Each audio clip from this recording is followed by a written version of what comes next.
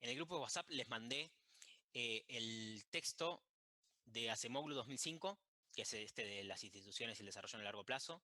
Se los mandé como lectura. Obligatorio, las secciones 2 y 3, creo, lo cual vamos a abordar ahora.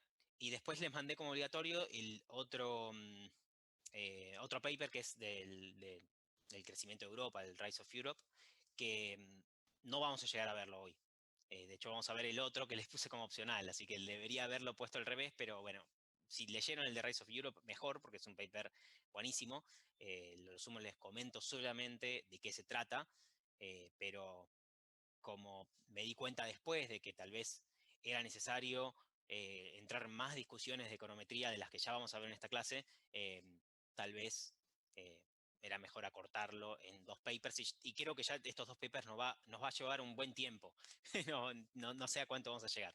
Así que bueno, arrancamos. ¿Les parece? ¿Están ahí? ¿Cómo están este viernes a la noche? ¿Bien? Estamos acá, Bien, todo estamos bien, acá. profesor. Bien, Todo buenísimo. bien. Sí, sí, todo bien. Buenísimo. Entonces, a ver, vamos a ver una serie de papers de 3 autores que crearon de alguna manera una colaboración en economía bastante interesante, porque los 3 juntos trabajaron en conjunto y escribieron un montón de papers, es decir, tienen toda una trayectoria muy prolífica, y escribiendo además muchos papers en conjunto, que son Daron Acemoglu, Simon Johnson y Joan Robinson. Perdón, ¿eh? Recuerden los micrófonos siempre apagados cuando entren. Bueno, entonces, vamos a ver 2 papers en particular. Vamos a dividir un poco la presentación de la clase. Primero, discutir sobre teorías de crecimiento, discutir sobre el rol de las instituciones, y después vamos a entrar ya en la evidencia más histórica y en los datos, en la estrategia empírica. O sea, por eso, tal vez, y en esta clase lo que me interesaba era tratar de bucear un poco más en cuál es la forma que tienen de justificar empíricamente sus posturas, porque muchas veces vemos que tal vez en los medios de comunicación o de forma simple en economía se dice tal paper dice tal cosa como si fuera una última palabra, como si fuera tal paper demuestra que, y muchas veces cuando uno bucea en un paper y se fija la estrategia empírica que lleva adelante o la estrategia de identificación, empieza a darse cuenta de todos los problemas que tiene, que siempre hay en todos los papers, de los supuestos que uno hace, de los datos con los que uno cuenta, toda una serie de problemas. Pero bueno, como les comentaba, los 3 autores, Daron Acemoglu es turco, Johnson, si no me equivoco, es estadounidense, y Robinson es británico. Los 3 tienen carreras muy largas, digamos. Acemoglu se inició en la London School of Economics y hoy en día es profesor en el MIT. Johnson se inició en Oxford y también hoy es profesor en MIT. Y Robinson estuvo por distintos lados, empezó en la London School of Economics, tuvo un paso por Yale, dio clases en Harvard y hoy en día es profesor en la Universidad de Chicago. Los 3 escribieron, como les dije, muchísimos papers en términos de desarrollo, en términos de desarrollo y crecimiento económico en el largo plazo. Bueno, y básicamente son muy conocidos a un nivel más general, más allá del mundo de la economía, por un libro que escribieron que es ¿Por qué fracasan las naciones?, que se convirtió de alguna manera en un libro como de los libros económicos bestsellers, en los cuales los autores se preguntan por qué unos países lograron despegar económicamente y otros no. Y básicamente la propuesta que van a defender los autores es el rol que juegan las instituciones, tanto políticas como económicas, en el desarrollo de un país. Entonces, vamos a arrancar repasando un poco distintas teorías de crecimiento que puede haber. Ustedes en crecimiento económico estudian modelos como el de Solow o el de Romer, y lo que ven ahí, lo que modelan son países, por ejemplo, o economías que tienen distintas preferencias, y eso lleva a que eh, tengan distintas tasas de ahorro, por ejemplo, ¿no? Tasas de ahorro e inversión en distintas economías. Y eso obviamente termina redundando en distintas tasas de crecimiento económico y distintos niveles de productividad. Es decir, ustedes ven el modelo de Solow, el residuo de Solow, que es la productividad total de los factores. Analizan el rol que juega tener distintas productividades o distintas tasas de ahorro para el crecimiento económico. Ahora, la crítica que hacen los autores al principio es decir, bueno, estos modelos moderan el crecimiento, están bien, como tienen sus modelos, tienen sus predicciones. El problema es que eso es el crecimiento en sí mismo. ¿Se entiende? La mayor tasa de ahorro o el aumento en la productividad no es una causa del crecimiento, sino que es el crecimiento. No, no se podrían diferenciar las dos cosas. Entonces, los autores se van a preguntar, al fin y al cabo, bueno, ¿cuáles son en realidad los determinantes de largo plazo, las causas profundas del crecimiento económico? ¿Por qué un país tiene una preferencia mayor por el ahorro que otro? ¿Por qué un país es más productivo que otro? Esta es la pregunta que es el disparador, ¿no? Que se van a hacer. Entonces, yo ahora les pregunto a ustedes, porque ya vieron bastante, por lo que tengo entendido con Manu, eh, ¿qué, qué factores o en economía, qué se discute que pueden ser los motivos o las causas fundamentales del crecimiento económico? No, básicamente vimos que el cumplimiento de los contratos para no generar distorsiones y permitir que, digamos, que la economía funcione, que la gente pueda invertir y con eso que se genere crecimiento. Claro, yo pienso como con lo más importante que tiene que hacer un Estado es enmarcar, o sea, dar un marco a todas las relaciones entre privados y nada, asegurar ese tipo de cosas como muy importante, y asegurar propiedad privada, cumplimiento de contratos, justicia, son como muy importantes. Y cuando la gente pierde la confianza en eso, para mí es cuando empiezan a fallar. Bueno, muy bien, Yo, excelente. ¿Alguien más Guido, que...? sí, sí, que me pareció como que era todo lo que estaban mencionando recién, que resumidamente en lo que dicen los autores, que son las instituciones económicas, que ahí el autor dice, bueno, por ejemplo, son los derechos de propiedad, y había otra cosa más, creo que los mercados de competencia perfecta, me parece, que mencionan. Sí, a ver. Todos los elementos que ustedes dieron forman parte de la respuesta que un poco los autores defienden y que viene de la tradición de North y Weingeist y que vienen al fin y al cabo, de la tradición de que son las instituciones económicas y políticas también las que terminan siendo las causas fundamentales del crecimiento económico. Tanto desde el punto de vista de la protección de los derechos de propiedad, de el buen funcionamiento de mercados competitivos, de la protección del individuo frente al soberano, eh, de una buena calidad de tribunales, de policía, etc. Bueno, todo eso es un motivo que podríamos englobar en instituciones. ¿A alguno se le ocurre alguna otra motivo que pueda ser crecimiento económico a largo plazo? Distinto a las instituciones. La tecnología, en parte, Bueno, la moneda me parece que es clave también. No sé si tiene que ver con eso tu pregunta. Bueno, Puede ser que está hablen bien. del poder político de jure y de facto, ¿no? Bueno, pero de nuevo, ahí es como todo podríamos englobarlo de alguna manera dentro de instituciones. Un poco las otras grandes explicaciones que existen dentro de la literatura en economía, aparte de las instituciones, existe el caso a favor de la geografía, es decir, que existen diferencias por la ubicación geográfica de los países, que determinan el crecimiento económico en el largo plazo. Que de hecho hay ciertos autores que defienden que es la geografía la que importa para determinar el crecimiento económico a largo plazo, como diferencias climáticas, por ejemplo, o la cercanía a los ríos, la cercanía al Ecuador, lo que va a determinar tanto la posibilidad de la tecnología que se pueda implementar como las preferencias. Por ejemplo, un país que, según ciertos autores, un país que está mucho más cerca del Ecuador tiene unas preferencias distintas por el ocio de un país que está mucho más lejos del Ecuador, o sea, más cercano a los polos. Y las instituciones económicas que puedan surgir en países que están ubicados geográficamente distintos van a ser distintas por esa ubicación geográfica. Pero que al fin y al cabo lo que importa es la geografía como un determinante de largo plazo. Otra explicación es la cultura, que viene desde Max Weber, que lo que plantea es que es la cultura protestante y es una cultura distinta, que tienen las personas, que lleva a que tengan tasas de ahorro mejores, es decir, mayores tasas de ahorro, que sean más productivas, etcétera, más industriosas, etcétera. Y Hoy en Eso día hay se- alguien que defienda la cuestión de la geografía, porque yo lo veo algo como, no sé, a mí no me parece de ninguna manera que la geografía determine el crecimiento económico, pero bueno. bueno, Igual no, un caso interesante para eso es Estados Unidos y Argentina ¿cómo se llamaba? Hay un término, la abundancia fácil, una cosa así, que al tener riqueza natural uno no tiende a esforzarse y eso después te termina repercutiendo para el desarrollo. O sea, Estados Unidos pudo desarrollar una industria mucho más grande y compleja que la Argentina, porque Argentina ya tenía las cosas fáciles y no requirió pensar mucho de alguna manera para hacer riqueza.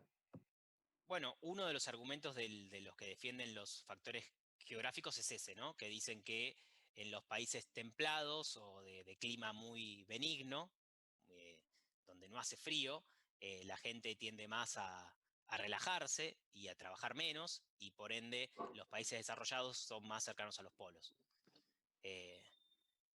Y de hecho tienen datos en que si uno hace una correlación, ahora lo vamos a ver, de la distancia del polo y el nivel de desarrollo económico, es positiva. Es decir, a mayor distancia del Ecuador, mayor crecimiento, mayor desarrollo económico actual.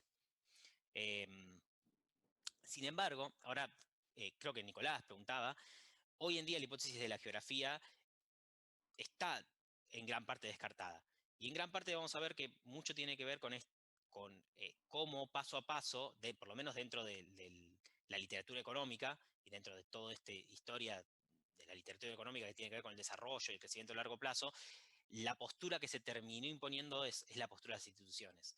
Una parte de la historia de por qué este relato de las instituciones o esta hipótesis de las instituciones es que terminó triunfando, tiene que ver con los trabajos de North y Weingast de hace 30 años y con muchos de los trabajos que hicieron estos autores. Por eso es interesante verlos. Y ahí Una entra el pregunta, ejemplo de Corea, ¿no es cierto, Guido? Sí, ahora lo vamos a ver. El ejemplo de Una Corea, porque es pregunta. importante. Sí. En definitiva, la cultura y la geografía también puede tener una influencia en las instituciones, ¿no? O sea, Y las ahora, culturas tienen distintas instituciones y eso. y ahora lo vamos a ver. Porque ¿cuál es el problema que tenemos acá? Todo está relacionado con todo. Entonces, ¿cómo sabemos que es las instituciones las que generan el desarrollo en el largo plazo y no es en realidad la geografía la que genera buenas instituciones que generan el desarrollo en el largo plazo? Vamos paso a paso, porque lo vamos a ver bien. Lo que van a hacer en este paper los autores primero es construir un modelo teórico, que ahora vamos a desarrollar un poquito, para que intentar responder esta pregunta de por qué los países crecen, digamos, y se desarrollan. Entonces, para diferenciar primero instituciones de cultura, instituciones los consideramos, según la definición de North, como las reglas de juego formales que determinan la manera en que una sociedad se organiza económicamente, ¿no? Y políticamente las instituciones políticas. Mientras que la cultura son como un conjunto de creencias compartidas que tienen los individuos, que pueden estar basadas en la religión o en experiencias comunes que hayan vivido, y que también determinan la forma en que se organizan, la forma eh, en que se comporta una sociedad. Pero, de nuevo, la cultura tiene que ver no con las instituciones formales, sino es más informal. Una diferenciación que se hace en economía básica es la diferencia entre crecimiento, eficiencia económica y equidad, que lo podemos considerar como dos cosas distintas, en la cual vamos a considerar a la eficiencia económica como agrandar la torta, digamos, eh, y en términos de la distribución lo vamos a analizar como algo distinto, es decir, cómo se distribuye. En el video de Coase, ahí un poco les comentaba esto del sentido de eficiencia en el sentido de Pareto, que nosotros consideramos que es el máximo aprovechamiento de los recursos, con los recursos que se tienen, lograr el máximo nivel de producto, y que se puede considerar de forma independiente a la distribución, ¿no? Nosotros tenemos esta definición de eficiencia en sentido de Pareto, que es aquella que luego de haber distribuido los recursos, no hay una posibilidad de distribuir de otra manera, redistribuir, sacándole, es decir, darle más a uno sin tener que sacarle a otro. La idea es que se están aprovechando el máximo de recursos. Lo interesante de esto, de por qué hice esta diferenciación, porque según los autores, lo que ellos van a plantear, y este es su punto, es que son las instituciones económicas las que determinan en una sociedad la performance económica y la distribución de recursos que va a haber en el momento posterior. Es decir, acá le puse este relojito para que ustedes tengan en la cabeza que estamos hablando en T+1, ¿no? Entonces, las instituciones económicas hoy determinan cómo va a ser la performance económica de esa sociedad y cómo va a ser la distribución de recursos en un momento posterior. ¿Por qué? Porque al fin y al cabo lo que hacen las instituciones económicas es crear o modelar cómo es la estructura de incentivos de una sociedad. Dependiendo de cómo sean esos incentivos económicos, es que las personas pueden tener más o menos incertidumbre a la hora de realizar una transacción económica o una inversión. Puede ser mayores o menores los costos de transacción a la hora de realizar operaciones económicas.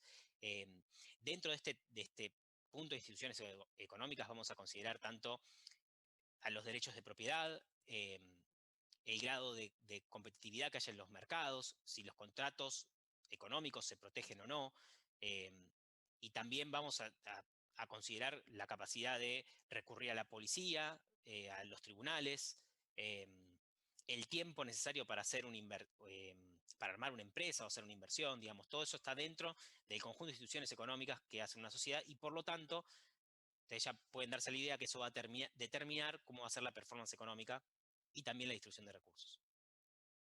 El problema a la hora de querer argumentar, o mejor dicho, de querer especificar cuál es el efecto de las instituciones sobre el desarrollo económico, es que las instituciones, como bien, no me acuerdo quién de ustedes lo marcó, son endógenas. Las instituciones surgen fruto de un montón de factores en la sociedad. Y acá tenemos un problema. Si nosotros queremos analizar el efecto separado que tienen las instituciones sobre el desarrollo económico. Ahora vamos a entrar más en profundidad. Pero los autores proponen un modelo simple, donde dicen que las instituciones económicas, al fin y al cabo, terminan siendo forjadas según cómo sea el balance de poder político dentro de una sociedad. Entonces, dependiendo qué grupos o conjunto de grupos, sea más reducido o más amplio, maneje el poder político en una sociedad, se van a determinar las instituciones económicas que van a regir en esa sociedad, que van a estar presentes. Y esto va a surgir claramente de un conflicto de intereses. Entonces, ¿por qué hay un conflicto de intereses? Porque, como vimos, si las instituciones económicas son las que determinan la distribución de recursos posterior, entonces es de interés de distintos grupos querer intervenir en la creación, en la modelación de esas instituciones económicas, porque pueden beneficiarles o no. ¿Hasta acá estamos? ¿Esto se sigue? Estoy explicando el modelo que hacen los autores. Sí, hasta acá todo perfecto. Sí, muy claro. Es como una mezcla entre esto de las instituciones y Marx, ¿o no? O sea, parece como muy parecido. Tiene sus similitudes. Tiene algunas cosas que suenan o recuerdan alguna lógica un poco marxista, es cierto, pero vamos a ver que es bastante distinto. También, sobre todo, en cómo trabajan con los datos. O sea, es lo más importante. De nuevo, o sea, esto no lo vamos a discutir acá en la clase ni lo vamos a ver hoy, pero siempre cuando tengamos una teoría explicativa, uno puede encontrarse con problemas porque hay muchas interpretaciones distintas sobre unos mismos datos. Cuando uno trabaja con una serie de datos observacionales y quiere buscar explicaciones que puedan dar cuenta de esos datos, va a encontrar un montón. Y eso es un problema. Vamos a tratar eso un poco ahora. Aguarden que termina el framework que hacen los autores para que lo terminen de entender y avanzamos. Después los autores lo que hacen es dividir, o sea, este mismo poder político, dicen que el poder político se compone, al fin y al cabo, como de dos patas, ¿no? El poder político de jure, que sería el poder político formal, las instituciones políticas formales que tenga un país, y el poder político de facto, que es básicamente el poder que surge en términos reales por la distribución de recursos, ¿no? Como les decía, el poder político de jure son básicamente las instituciones políticas lo que lo determinan, mientras que el poder político de facto está basado más que nada en la distribución de recursos que haya entre los distintos grupos de la sociedad. Y hay una cosa más que determina el poder político de facto, que es la capacidad o no de acción colectiva.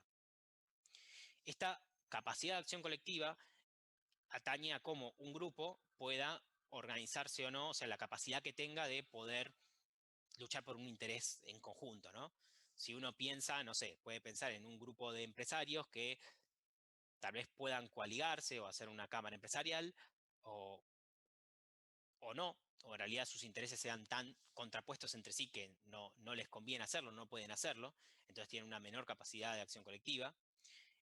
Puede pensar en los campesinos en la Edad Media, que lo ponen de ejemplo los autores, donde dicen, por más allá de que los campesinos eran una mayoría enorme en la sociedad y que tenían intereses relativamente compartidos, no tenían la capacidad de acción colectiva porque estaban muy desperdigados territorialmente, o sea, geográficamente, y no tenían esa capacidad de poder organizarse y representar por sus intereses.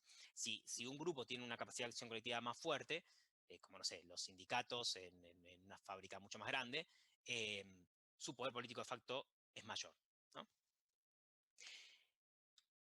Y la idea, un poco que siguen los autores es, bueno, toda esta distribución de poder político, tanto el poder político de las instituciones, o sea, el de jure, como el poder político de facto, o sea, aquel que surge de la distribución de recursos y de la capacidad de acción colectiva de cada grupo, va a terminar determinando las instituciones políticas en un futuro. Por eso de nuevo acá el relojito, en T+1. Entonces tenemos el poder político, va a determinar tanto cómo esté distribuido, va a estar determinando tanto las instituciones políticas como las económicas. Y acá tenemos el modelo completo que plantean los autores. Fíjense que ellos plantean un modelo dinámico en este sentido. Esta fracción de acá es su hipótesis principal, digamos, ¿no? Que las instituciones económicas determinan la performance económica. Esto va a ser su hipótesis y lo que ellos van a querer demostrar. Y ubican a esto dentro de un contexto. Es decir, ojo, las instituciones económicas son endógenas, están determinadas por otras cosas, y según su modelo, lo que dicen es, bueno, esto está determinado por el poder político, por la distribución de poder político que haya, tanto de jure como de facto. Y fíjense que en su principio ubican los autores a las instituciones políticas y la distribución de recursos en determinado momento, porque para los autores, para los autores estas son las dos fuentes de persistencia, y son las dos variables que funcionarían como exógenas, porque persisten en el tiempo, tardan mucho más en cambiarse. Perdón, ¿no es un poco raro que, no sé, distribución de recursos esté al principio y al final de... Sí, porque fíjate que lo que está al principio, está instituciones políticas también, porque está, con el relojito indica que es en T+1. O sea, la historia completa, según el modelo, es las instituciones políticas y la distribución de recursos hoy terminan configurando o determinando de qué forma se configura el poder político de conjunto en el momento de la sociedad. Y este poder político, según cómo esté distribuido, lo que va a terminar determinando son las instituciones económicas hoy y las instituciones políticas del mañana. Pero entonces, ¿por qué serían exógenas las instituciones políticas y la distribución de recursos? Son las en T, digamos. Termina determinando las de T+1. Sí, Si bueno, uno pero se para en el periodo T. Claro, bueno, pues se supone que dependen de T-1. Sí, bueno, Sí. pero es como el consumo que depende del ingreso y a la vez el ingreso depende del consumo. Sí, exactamente. Acá es como lo modelan, digamos, los autores. Se pueden hacer un montón de críticas a esto, ¿eh? Yo, no, digamos, no me caso con esta idea. De hecho, en general, no comparto tanto la idea de modelizarlo así, pero pero es interesante como modelo, como para entender cómo es que están estructurando la forma en que piensan el problema. Y ahora vamos a ver cómo esto, de alguna manera, lo utilizan para justificar hipótesis que después terminan, estas hipótesis, las que van a ir surgiendo y van en distintos papers van trabajando, lo que hacen es contrastarlas contra los datos. Ahora vamos a ver cómo. Entonces, a esto mismo que planteabas, creo que Julián, ¿por qué le ponen esta importancia a la distribución de recursos de instituciones políticas como fuentes de persistencia? Es decir, lo que ellos van a plantear es que la distribución de recursos hoy, que determina al fin y al cabo la forma en que se distribuye el poder político, como vimos por medio del poder político de facto, luego determina instituciones económicas y termina influyendo en instituciones de recursos mañana. Entonces se termina siendo autosustentado, digamos, ¿no? En algún sentido. Quienes tienen los recursos hoy van a tener poder político y van a preocuparse porque las instituciones de mañana sean las mismas que les garanticen la distribución de recursos para esos grupos. Es un modelo muy aplicable, en mi opinión personal, ¿no? A lo que pasa, digamos, en Argentina hoy en día. En mi opinión personal, de vuelta. Sí, yo diría que es aplicable para todo el mundo, o sea, ellos intentan de que sea universal, digamos. Bueno, y de nuevo, tal vez esta es... Yo tal vez no me caso tanto con este modelo y con los autores, porque de hecho es un problema hacer modelos que sean totalmente explicativos, porque modelos que Todas pueden las explicar... teorías se explican en el mundo. Si no, no serían teorías. O sea, todas tienen que ser descriptivas y ser aplicables porque si no, no existirían. Es las ¿Cómo de nuevo? predicciones. Que todas las teorías son descriptivas. Porque si no lo fueran, no serían teorías. Tienen que hacer predicciones. Bueno, sí, pero una cosa es una teoría que solamente tenga poder explicativo y otra una teoría que pueda derivarse predicciones o implicaciones lógicas y que a partir de esa teoría se pueda contrastar contra evidencia. El tema es que muchas veces, no es el caso de este modelo, pero muchas veces teorías que son totalmente explicativas, que pueden explicar absolutamente todo lo que pasa, que son descriptivas, pero que el punto no pasa por la descripción, sino por la capacidad explicativa irrefutable que tenga una teoría, la termina haciendo que no tenga derivaciones lógicas que se puedan comprobar. Y por ende, no serían científicas, siguiendo, digamos, la lógica de Popper en este caso. Sí. Pero más allá de eso, vamos a terminar de explicar esto para que se entienda para todos. La idea es, tanto la distribución de recursos como las instituciones políticas son fuentes de persistencia. ¿Por qué? Porque quienes las manejan en determinado momento pueden hacerse con el poder político y por ende determinar cuáles van a ser la distribución de recursos y las instituciones políticas de un futuro que van a ser justamente las que les convengan. Por eso, y esto es lo que un poco es la conclusión principal tal vez de por qué fallan las naciones del libro y que por eso el libro se convirtió en un bestseller, es que lo que dicen es que muchas veces quienes detentan el poder en una sociedad buscan maximizar su bienestar, su posición, y que puede ser y esto puede ser negativo para la sociedad.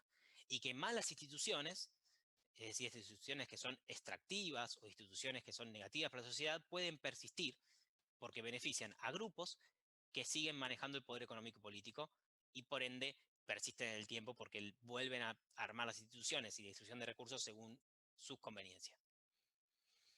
O sea, este es digamos, un poco el planteo, el modelo, cómo es que lo explican.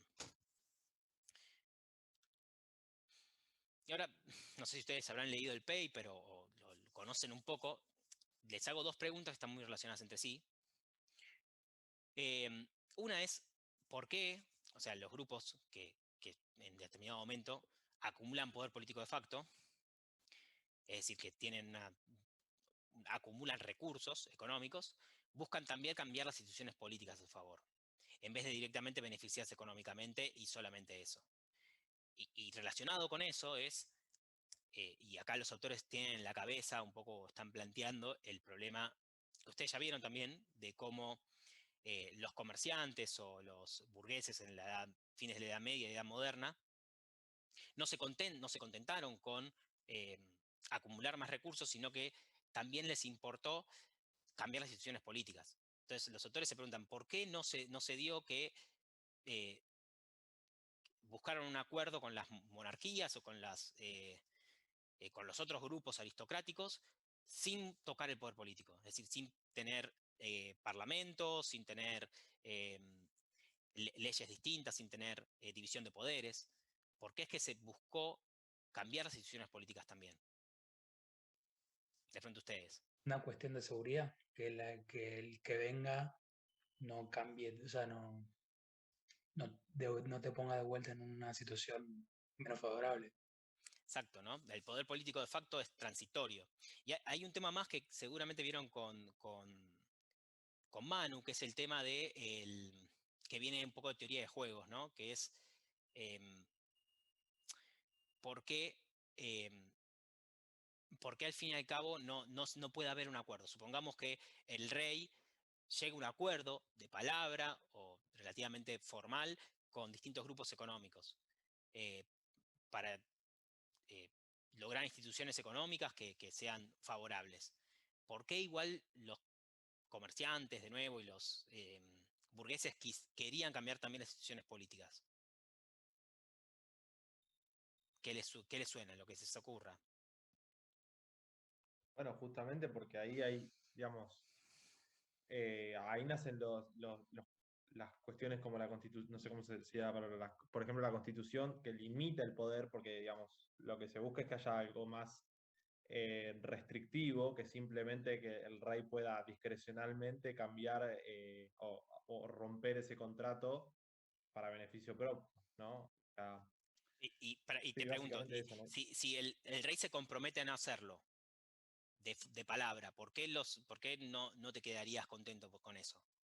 Y por los incentivos que tiene, por los Muy bien. incentivos, básicamente, digamos. Sí, muy Ahí bien. viene el tema, digamos, tiene mucho que ver también con lo de contrato, no, reglas versus discrecionalidad, ¿no? Exacto, Bueno, muy bien.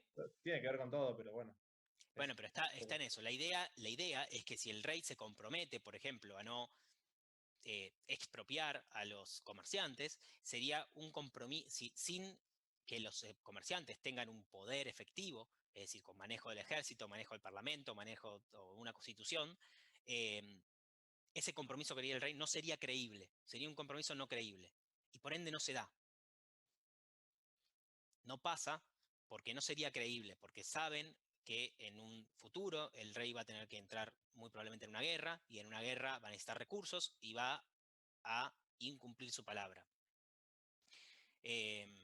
Entonces, y de la misma manera, el rey tampoco llega a acuerdos en los cuales les permita darle poder político a los comerciantes, porque tampoco sería creíble que los comerciantes se comprometan a no tocar nada del poder económico o político del rey. Porque ambos saben que necesitan instituciones políticas que garanticen su estabilidad, digamos, ¿no? O sea, que sigan, que estén a su favor. Una pregunta. Según esto estaríamos como en un equilibrio de Nash constante, ¿no? Porque en ningún momento se llega a un equilibrio completamente cooperativo.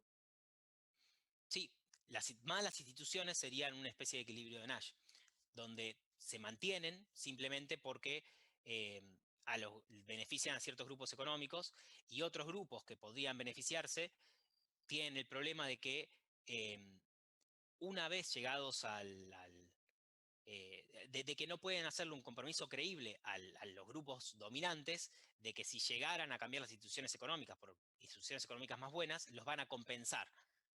No sería creíble que salieran ganando todos. O sea, Podemos pensar que, digamos, lo mejor sería que todos nos comprometiéramos y cumpliéramos. Como eso no es creíble, estás pagando el costo de tener instituciones y bueno, ahí estás en un equilibrio de Nash peor que claro, el de cooperación, ¿no? Pero pues, al final terminas claro. pagando un costo por tener instituciones, digamos.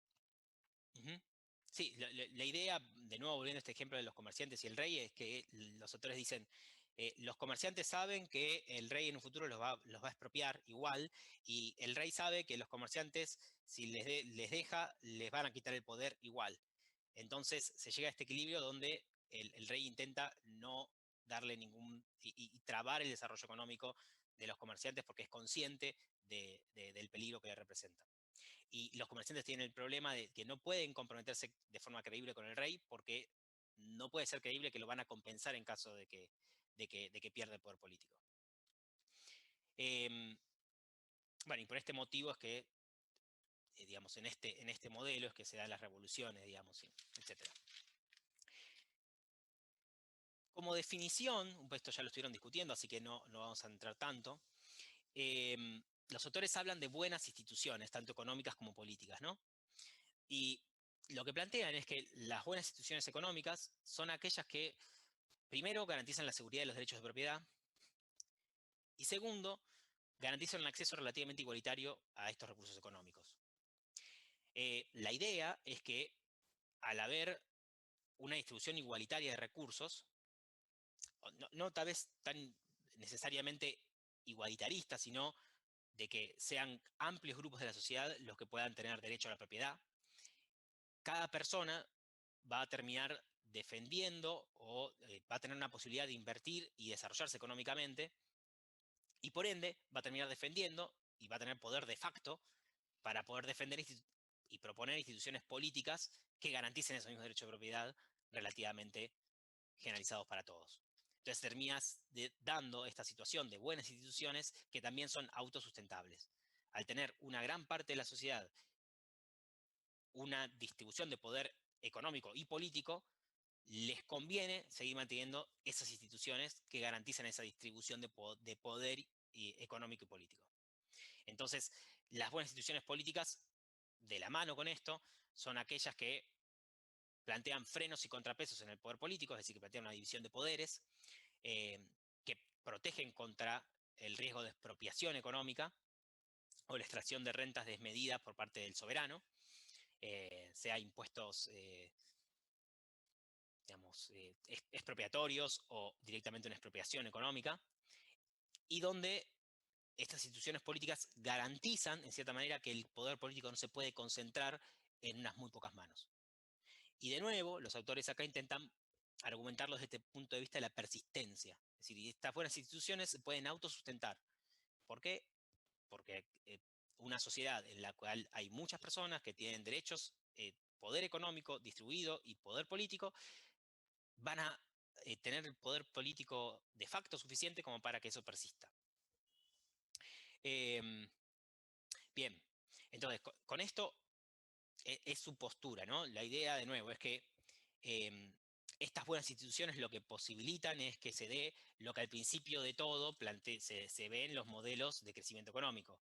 Es decir, que se hace una mayor preferencia por el ahorro y la inversión, que se permita la acumulación de factores, que permitan el aumento de la productividad. Es decir, uno, a partir de estas, lo que los autores llaman buenas instituciones económicas, se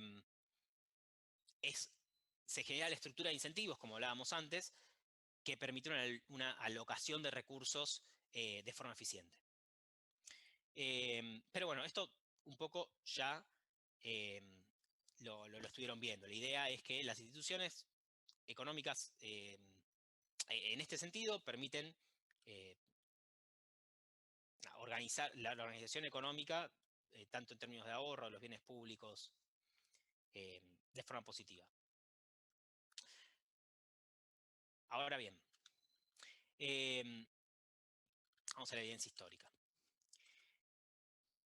Antes de arrancar, es necesario hacer una pequeña digresión metodológica. Para todos los que no hicieron econometría, o incluso los que vengan ahí medio flojos, de una forma muy simple, pensemos el siguiente modelo lineal, ¿no? En donde nosotros queremos, por ejemplo, hacer un modelo que me diga cuántos litros de gasolina hay en un tanque en función de los kilómetros recorridos, ¿no? Entonces, Esto es un modelo lineal, la ordenada del origen es 50, y por cada kilómetro recorrido en el auto, se disminuye 0,1 litros la gasolina que queda en el tanque. Fíjense que detrás de esto, en realidad, lo que estamos pensando es un modelo en el cual la gasolina en el tanque depende justamente de los kilómetros recorridos. Hoy se me fue la cámara, ¿no? Ahí estamos. Entonces, pero fíjense, y este es el punto, que tanto 50, que sería el ordenado de origen, que sería el gasto, digamos, en combustible a 0 kilómetros recorridos, como la pendiente, que es este 0,1, son estimaciones. Y que en realidad, si nosotros tenemos datos de distintos autos, por ejemplo, y vemos la cantidad de gasolina que les queda en el tanque, la cantidad de kilómetros recorridos, y esos son nuestros datos, vamos a ubicarlos en este gráfico, y la recta va a ser una aproximación a esos puntos. Yo les pregunto a ustedes, o sea, cuando nosotros hacemos en esta regresión, ¿qué es lo que estamos poniendo en el término de error? ¿No? ¿Qué se imaginan que mandamos el término de error? Todas las variables que no estás contemplando en el modelo. Exacto, como por ejemplo, ¿qué No podría sé, ser el que... viento en contra que puedes tener que hace que gastes más. Ponele, no sé. Exactamente, la marca del auto, Claro, una pérdida. una pérdida, el tipo de combustible que estés ingresando, el tipo de motor, digamos, todo eso son otras variables que también contribuyen a que se gaste más o menos gasolina, y no son solamente los kilómetros recorridos. Al hacer esto estamos simplificando y estamos mandando el término de error todas aquellas otras variables que también influyen en la gasolina. Entonces, si nosotros viéramos los puntos alrededor de esta línea, vamos a ver que vamos a tener puntos por arriba y por debajo de la línea, ¿no? Como una idea muy simple. Entonces, cuando hacemos una regresión lineal, lo que hacemos es trazar una línea que nos muestre esta relación, pero que en realidad es un modelo simplificado de una relación que nosotros intuimos que existe. Un ejemplo muy clásico en econometría es el de salarios y educación.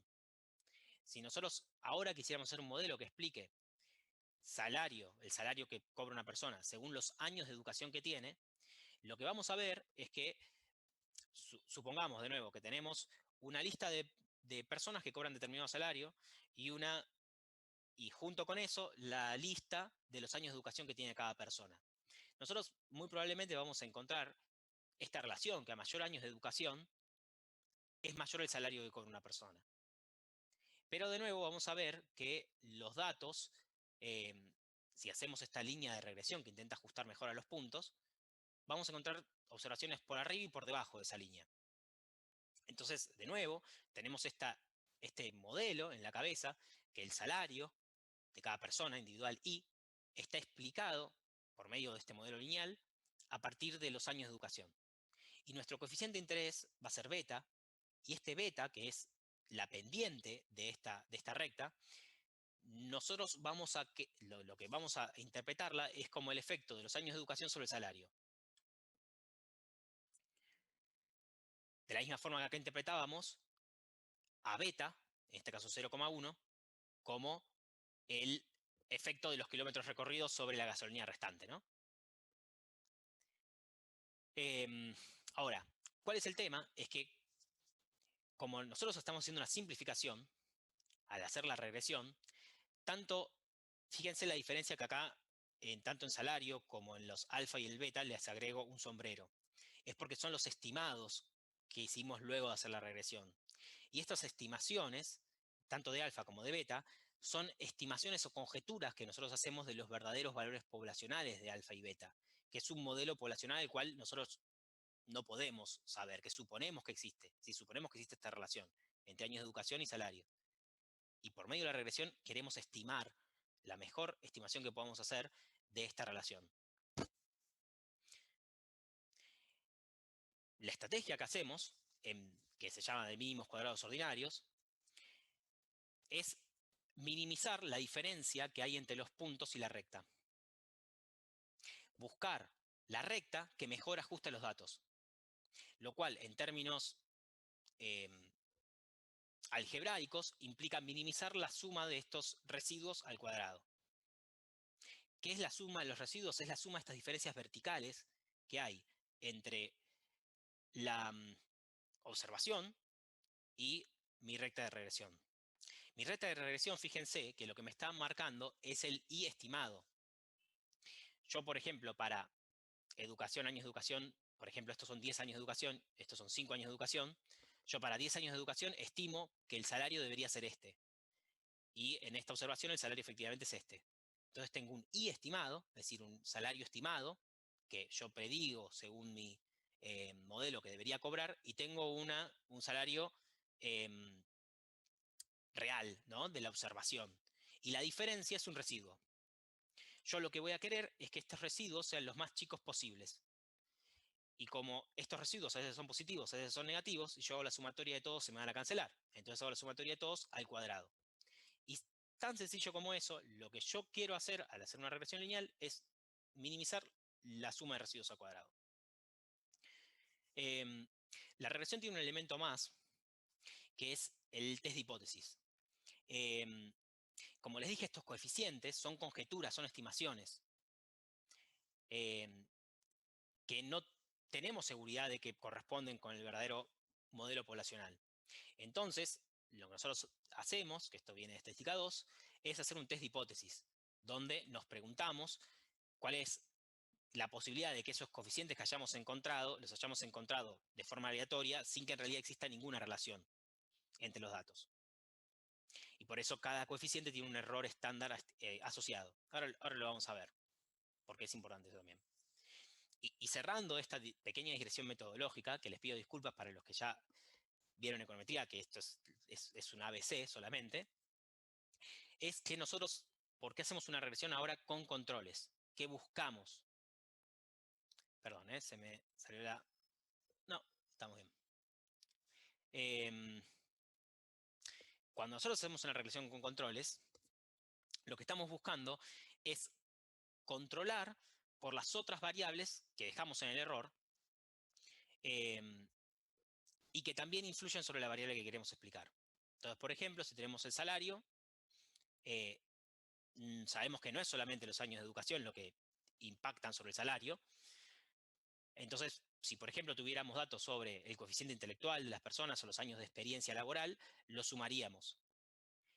Y lo interesante de hacer esto, de sumar los controles, es que los controles funcionan como un ceteris paribus. Funcionan como, bueno, justamente la palabra controles lo que nos dice es, nosotros agregamos variables y cuando estemos estimando el beta 1, beta 2 o beta 3, lo que vamos a estar estimando es, por ejemplo, en beta 1 es el efecto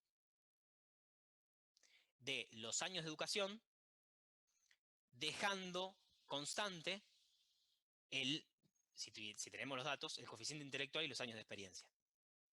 Es decir, controlamos por el resto de variables. Es decir, cuál es el efecto diferencial de los años de educación, manteniendo constante el resto de las variables por las que estamos explícitamente controlando. Y ahora vamos a ver por qué esto es importante, con el ejemplo de instituciones.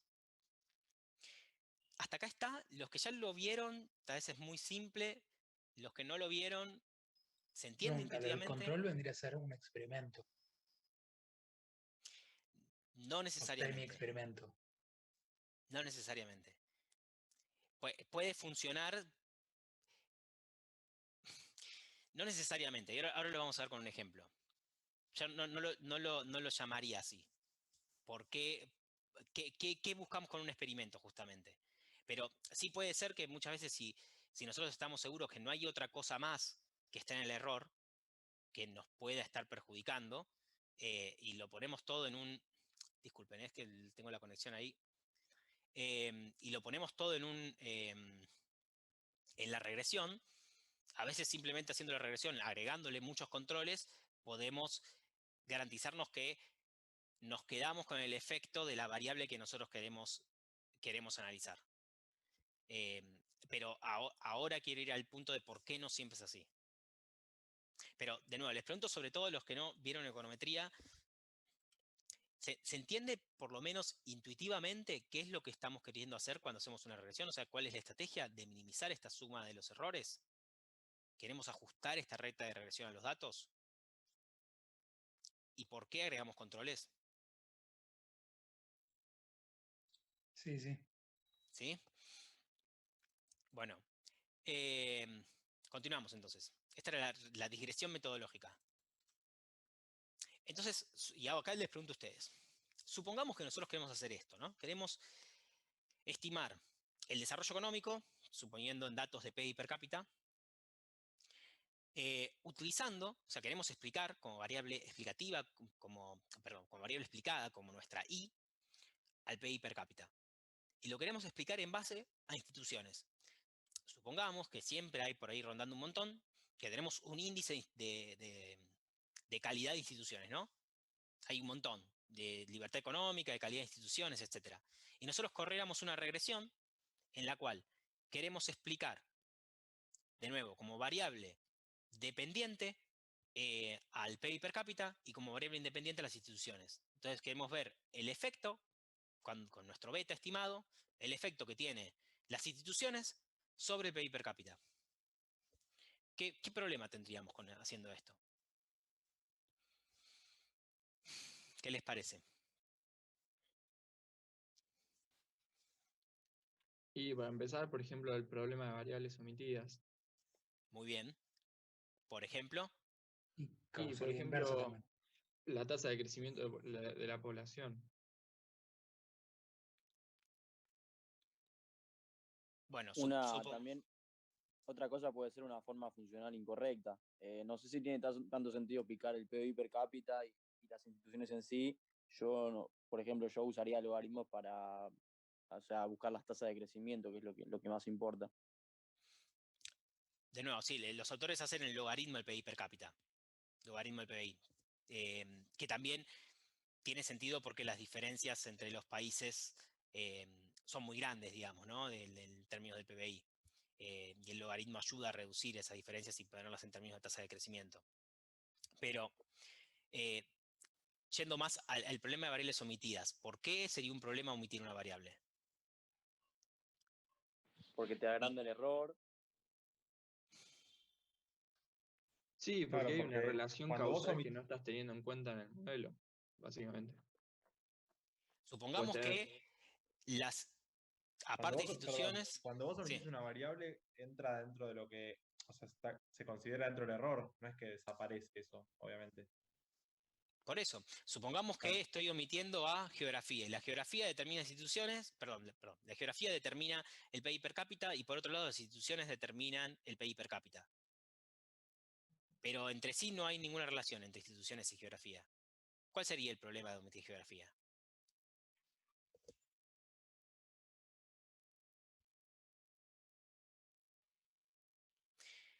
Acá en realidad, en ese caso no sería ningún problema. El problema con las variables omitidas es cuando estamos omitiendo una variable, es decir, ¿por qué no sería ningún problema? Nosotros, supongamos por un momento que instituciones es completamente exógena. Y hay un montón de otras cosas que explican el desarrollo económico. Un montón. Y las estamos mandando todas al término del error. Y las instituciones nos da un beta y supongamos que nos da que las instituciones, no sé, un aumento de un punto en el índice de instituciones genera un crecimiento del 50% del PIB per cápita. Te va a dar varianzas más grandes para los betas estimados, eso también. Ojo, las varianzas, o sea, al sumar muchas variables, vamos a terminar teniendo una varianza del estimador más grande. Al hacerlo simplemente con una sola variable, es más probable que tengamos una varianza del estimador más chica. A lo que voy es a lo siguiente. Para el problema de variables omitidas, lo que tenemos que ver es que realmente el problema de variables omitidas no está en que hay otras cosas que explican también. Porque si las mandamos al término de error, cuando yo saco mi beta sombrero de instituciones, ese beta sombrero me está diciendo el efecto de las instituciones sobre el PIB per cápita, por más de que sea chico, por más de que sea un efecto muy pequeño. Si instituciones es una variable exógena, en el sentido de que no hay otras cosas que la están determinando, yo lo que voy a tener es el efecto que tienen las instituciones sobre el PBI. El problema es si la historia es otra. O sea, si por ejemplo, supongamos que la geografía, los que defienden la postura de geografía, la geografía determina tanto las instituciones como el PIB per cápita. Y los que te argumentan eso te dicen, mirá, un país con más cercanía a ríos navegables o con mejor calidad del suelo, etcétera, determina cierto tipo de instituciones económicas y políticas distintas a la que determina otro país con condiciones geográficas distintas, y a su vez esas condiciones geográficas también determinan el mayor desarrollo económico. Te hace confundir esa correlación con causalidad, porque el Exacto. modelo no te habla de la causalidad, digamos. Te va a decir que hay una correlación, pero en realidad viene de otro lado que vos no estás teniendo en cuenta. Exacto. Entonces el problema con ese beta sombrero que vos estimes en ese mundo, imaginemos Como ese que lo mundo donde, duplicás el beta. claro, lo duplicás o, no sé, le das un efecto al beta que en realidad no es de instituciones, en realidad es de geografía. ¿Se entiende? O sea, no, en realidad en esta historia sería, no, en realidad no es las instituciones las que importan, las instituciones no importan nada. En realidad eso es la geografía la que determina las instituciones y que determina el PIB per cápita. Entonces estoy sesgando al beta al omitir esa variable. ¿Pero por qué? Porque es una variable que no solo es relevante sobre el PIB per cápita, sino, y este es el punto, es relevante también sobre instituciones. Y ese es el problema de variables omitidas. Pero hay otro problema más en esta regresión, que es el problema de causalidad inversa. Muchas personas podrían argumentar que en realidad no son las instituciones las que generan el desarrollo económico, sino que es el desarrollo económico el que genera las instituciones. Que en realidad los países más avanzados tienen mejores instituciones simplemente porque tienen más dinero y pudieron financiar mejores instituciones. Supongamos de nuevo que otra persona, su hipótesis fuera que es la capacidad de hacer guerra la que determina, o el prestigio militar o la capacidad militar de los pueblos las que determina el desarrollo económico. Y que es esa capacidad militar la que lleva a que ganar más oro por conquistar por medio de rapiña a más pueblos y por ende después les permite financiar mejores instituciones, pagar mejores instituciones, por ejemplo. Bueno, igual la econometría también o sea, hay una prueba de causalidad y como que este problema en parte se podría solucionar, ponele y nada, ver cuál es el mejor modelo. El tema con la prueba de causalidad, ahora lo vamos a ver, es bastante complicado, digamos. Ahora vamos a ver cómo es que podemos hablar de causalidad o no. Nosotros en economía tenemos un rango de causalidad, bueno, en las ciencias en general, afirmamos un rango de causalidad limitado, es decir, una credibilidad en tanto de la causalidad, y ahora vamos a ver en qué sentido. Pero, de nuevo, yo lo que los invito a pensar es que uno podría pensar un montón de variables distintas, no sé, la inteligencia. Puede ser que es la inteligencia, que supongamos un argumento, no sé, medio racista, ¿no? Que hay gente que piensa que hay pueblos más inteligentes que otros, y que es la inteligencia la que determina las mejores instituciones, y a la vez el PIB per cápita. Y que cuando vos haces esta regresión, omitiendo inteligencia, te va a dar un beta alto para las instituciones, pero en realidad ese beta alto lo que está ocultando detrás es la inteligencia, que es lo que realmente determina el crecimiento económico. Supongamos. Entonces, como vemos, no es tan fácil. No es tan fácil poder hacer una regresión así nomás. Lo que creo que ahí lo había planteado Nicolás, este problema de correlación no implica causalidad.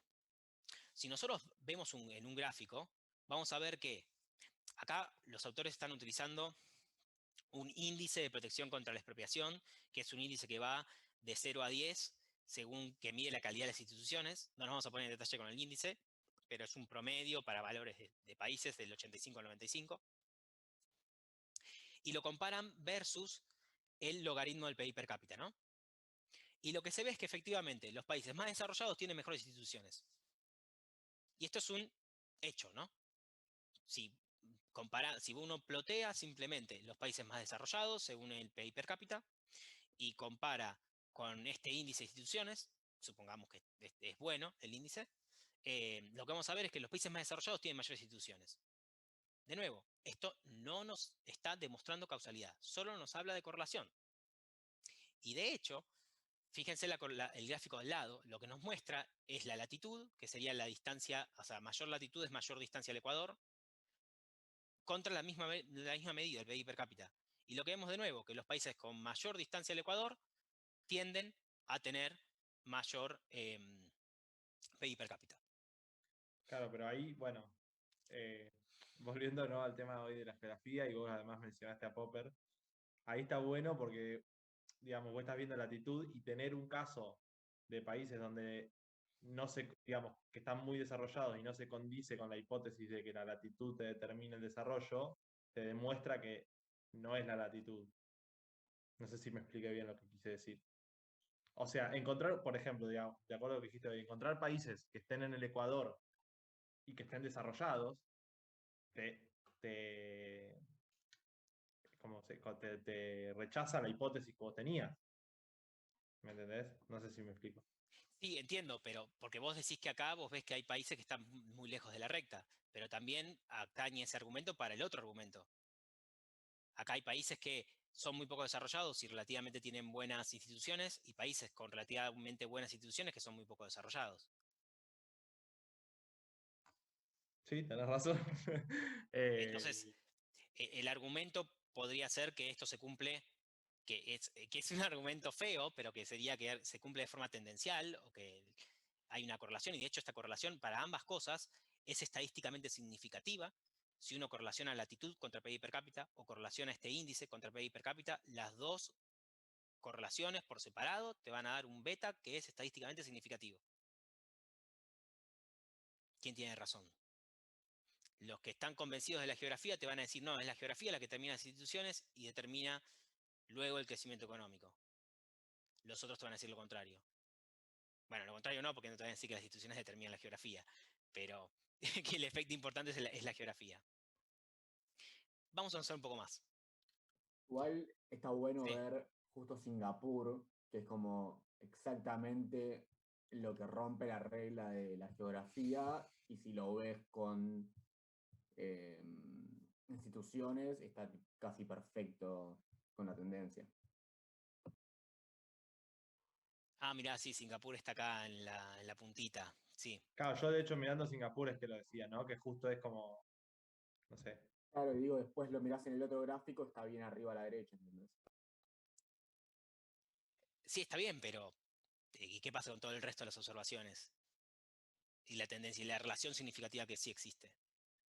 No, obvio, pero digo, justamente en el otro, Singapur es como un ejemplo muy opuesto al de la tendencia, y en el otro se cumple muy bien. Sí, es cierto, es cierto. No me había fijado en el caso de Singapur ahí. Bueno, vamos a ver, ya que hablamos de experimento, perdón por los sui generis de esto, pero es bastante simple para pensar por cómo es que hablamos de causalidad. O sea, la causalidad no se logra con pruebas econométricas. La causalidad no se hace metiéndole ecuaciones raras a la econometría. O sea, la causalidad se tiene que pensar de otra manera. ¿Por qué es que nosotros hacemos un experimento y a veces cuando hacemos un experimento derivamos afirmaciones causales?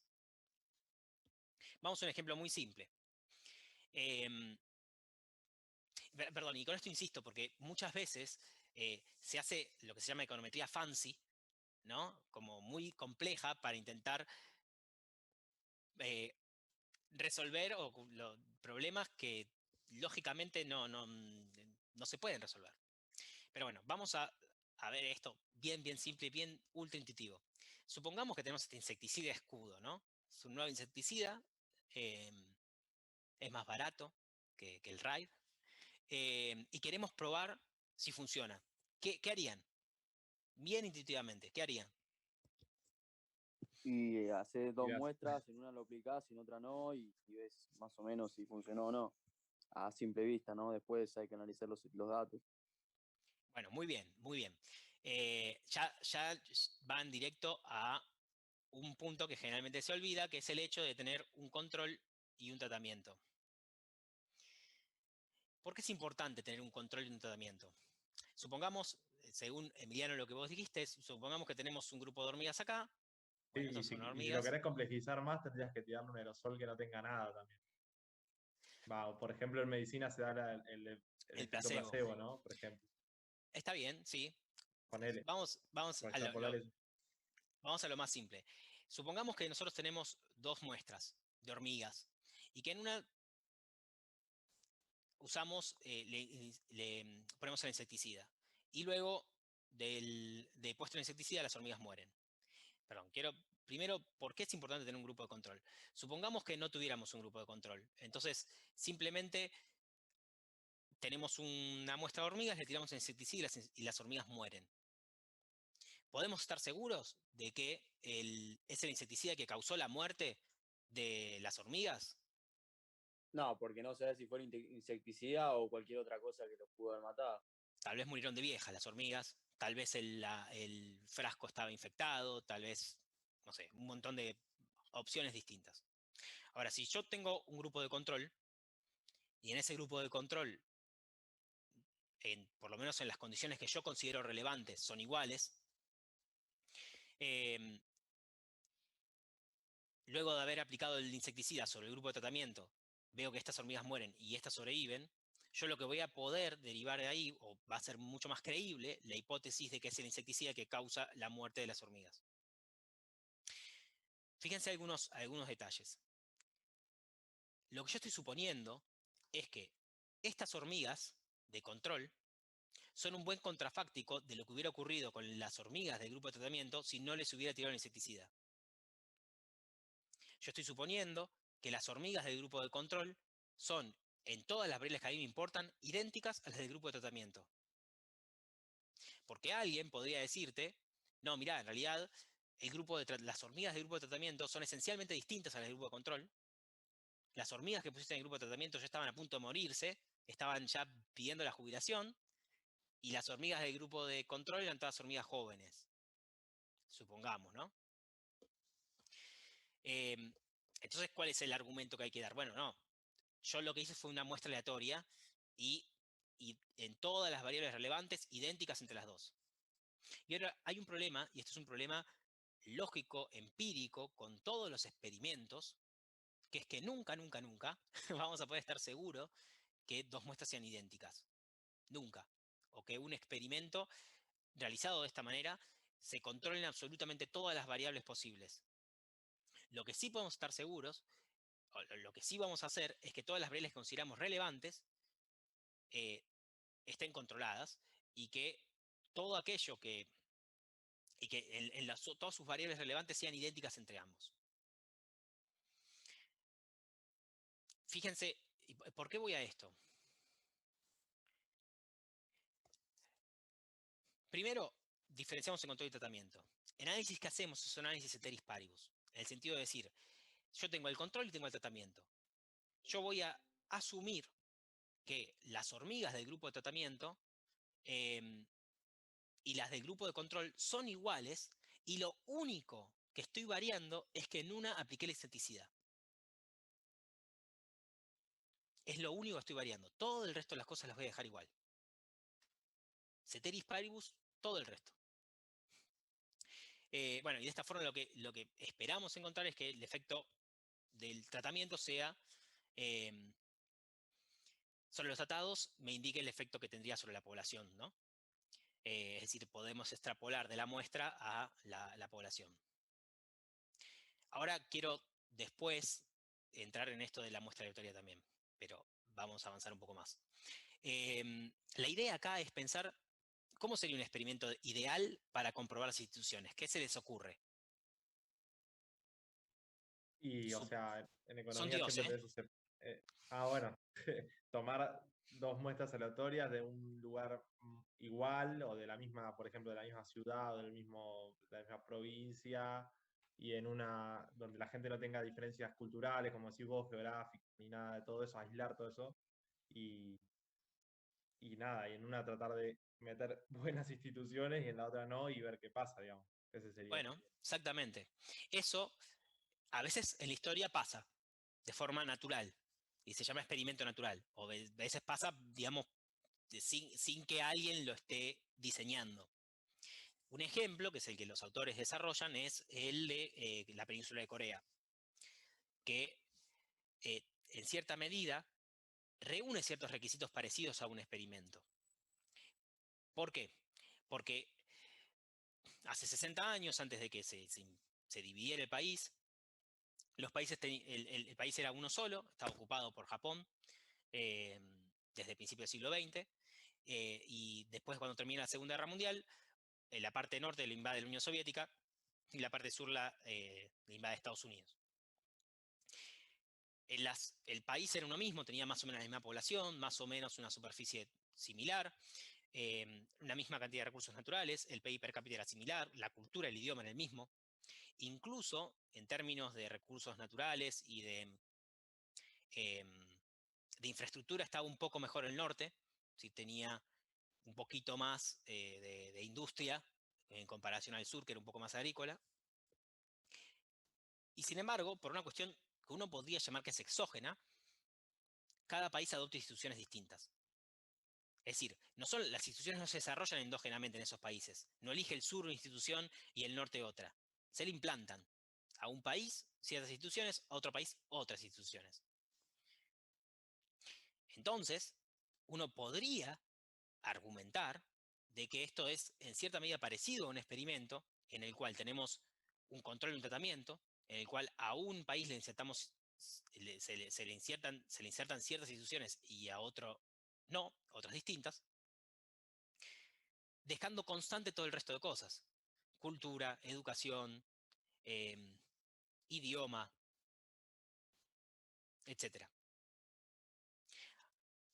Ahora bien, fíjense que incluso este ejemplo también genera problemas. Creo que una persona podría argumentar, y acá el tema es que tal vez no es las instituciones lo único que varía entre esos dos países. Que hay otras variables que también cambiaron entre esos dos países. Sin embargo, este ejemplo es lo suficientemente creíble, lo suficientemente claro, digamos, demostrativo, para digamos, poder argumentar de que las diferencias de instituciones importan, ¿no? Bueno, acá lo que vemos es la diferencia en el PIB per cápita. Esto obviamente después del 90 sigue siendo mucho más disímil. Pero fíjense de nuevo, acá tenemos que pensarlo con la misma lógica que pensamos el experimento. Nosotros lo que queremos decir es que tenemos dos grupos, o dos países en este caso, y que la diferencia entre los dos, la única diferencia es que a uno le pusieron instituciones distintas al otro. Y esto es lo que tenemos que argumentar. Si queremos, después de hablar de un efecto causal de las instituciones, de que la diferencia que se ve acá es el efecto causal de instituciones distintas. Que mientras el sur desarrolló instituciones capitalistas con una relativa, o sea, con mercados económicos, sistema de precios y orientados en las exportaciones, integrado al mercado mundial, digamos. El norte desarrolló un sistema de planificación centralizada, con un aislamiento económico bastante particular, digamos, tenía una doctrina parecida a vivir con lo propio, que se llamaba Juche, que indicaba de autoabastecerse la mayor cantidad de recursos, y la consecuencia de esas dos políticas económicas distintas, instituciones económicas fundamentalmente distintas, llegó a las diferencias que vemos hoy. Entonces, de nuevo, acá lo que hicimos fue mirar un caso de un experimento natural. Obviamente, este caso hay que tomarlo con mucha cautela. Primero, porque es necesario argumentar de forma fehaciente, esto tiene que ser con argumentos, de que la única diferencia relevante fueron las instituciones. Alguien podría argumentar que, no sé, al Corea del Sur lo ayudaron económicamente mucho más que al norte. Entonces es necesario tener en cuenta ese argumento también. También se podría argumentar que este caso parece bastante creíble, que esto es así, pero es un caso, ¿no? Que habría que no se puede tan simplemente extrapolar de un caso a todos. También se podría argumentar que es un caso extremo. Estamos comparando a un país que desarrolló instituciones capitalistas contra un país que desarrolló una economía centralizada, totalmente aislada. Es decir, que son dos casos extremos y que eso tal vez uno no podría ya entusiasmarse a decir son las instituciones las que generan el desarrollo económico.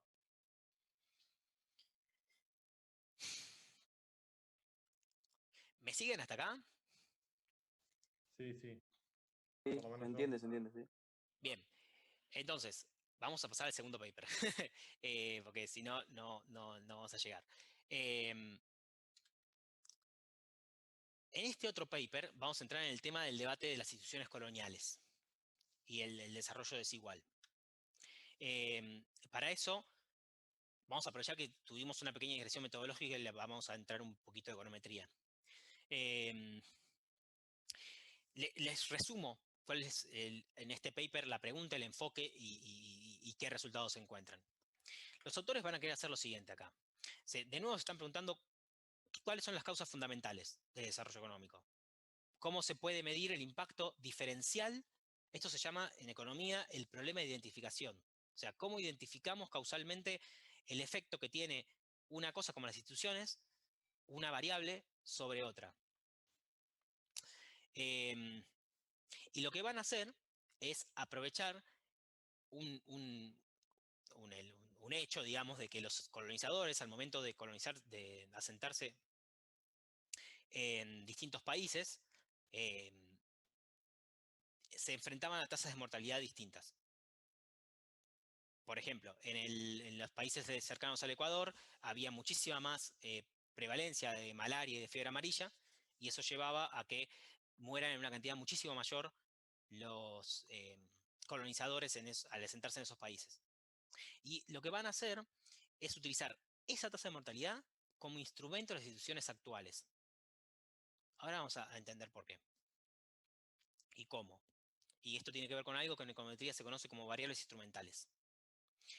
Y lo que encuentran es que, lo que van a argumentar es que las tasas de mortalidad que tuvieron distintos colonizadores influyeron sobre el tipo de instituciones que se implantaron en los distintos países y que fueron esas instituciones que se implantaron las que después persistieron en el tiempo y que sí tuvieron un efecto relevante sobre el PIB per cápita. Resumido, muy brevemente, el argumento que ellos acá están defendiendo es,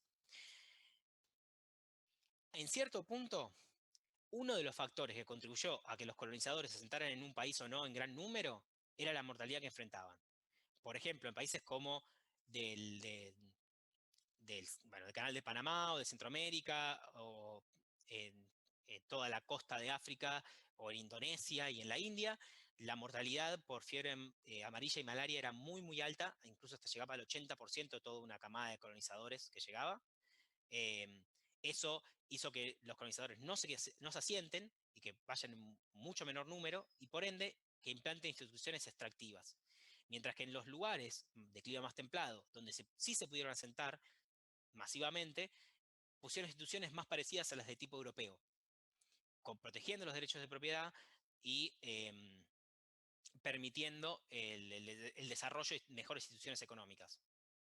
Eso persistió en el largo plazo después de la independencia de los países y es lo que hoy en día explica el diferente desarrollo económico de esos países. Esta es la hipótesis. Parece loca, en principio, medio tirada de los pelos. Pero ¿por qué es que los autores argumentan esto? ¿Por qué es que le ponen relevancia esto que parece tan loco como la mortalidad de los colonizadores y que obviamente ustedes dicen, Bueno, obviamente no es la mortalidad al momento de sentarse lo único que determinó qué tipo de instituciones se ponían. Pero no ese es el punto. No es que sea lo único. El punto es que haya sido por lo menos uno de los determinantes. Con que eso pase ya es suficiente para poder hacer el punto que hacen los autores. Y ahora vamos a verlo paso a paso. Nuevamente, nosotros queremos hacer esta regresión. Instituciones para explicar el PBI. Ya vimos, in a nutshell, que tenía dos problemas. Variables omitidas y causalidad inversa. Tenemos esos dos problemas. No lo podemos hacer así nomás. ¿Qué pasa si hacemos la estrategia que habíamos discutido antes de agregar controles? Y si hay algo con lo que trabajan bien este grupo de autores es con datos. Tienen una cantidad de datos que uno a veces se sorprende de dónde lo sacan, o sea, la cantidad que tienen a mano, digamos. Y proponen el siguiente modelo. Como variable explicada, vamos a tener de nuevo el PIB per cápita. Vamos a tener a R, que va a ser un índice de protección contra el riesgo de expropiación, que era el que habíamos visto antes. Es un índice que toma un valor promedio del 85 al 90. ¿95 es? Que va de 0 a 10 e indica cómo el nivel es una medida proxy, digamos, del nivel de instituciones económicas que tiene un país. Y luego todo un vector con controles. Que fíjense que no es solamente una variable, por eso este apóstrofe acá, sino que son un montón de variables. Es un vector, X. X apóstrofe es un vector de variables por las cuales vamos a controlar. Y supongamos, bueno, y acá lo que hacen los autores es probar con un montón de estimaciones distintas, agregando controles uno a la vez, y probando con muchos tipos de estimaciones distintas, controlando por un montón de cosas. Como por ejemplo, controlar por el origen legal del sistema legal del país. Que eso también hay una hipótesis de que el origen legal inglés o francés determina las instituciones, etc. Controlar por variables geográficas como cercanía a los ríos, cantidad de costas del país, controlar por, si es un país colonial, la identidad del colonizador, la religión, el clima, la calidad del suelo. Es decir, todos los controles que queramos, todos esos vamos a metérselos, a ver qué pasa. Recordemos la idea, ¿no? Yo al controlar estoy dejando ceteris paribus todas esas cosas y estoy haciendo que varíe solamente, estoy viendo como el efecto de las instituciones habiendo controlado por todo ese resto de cosas. Como dejando fijo todo ese resto de cosas. Y encontramos estos primeros resultados. Fíjense, no es nada complicado. Es una regresión por mínimos cuadrados ordinarios, o LS. Si vemos muchas columnas es porque, como les decía, los autores prueban con un montón de estimaciones distintas. Esto se hace siempre.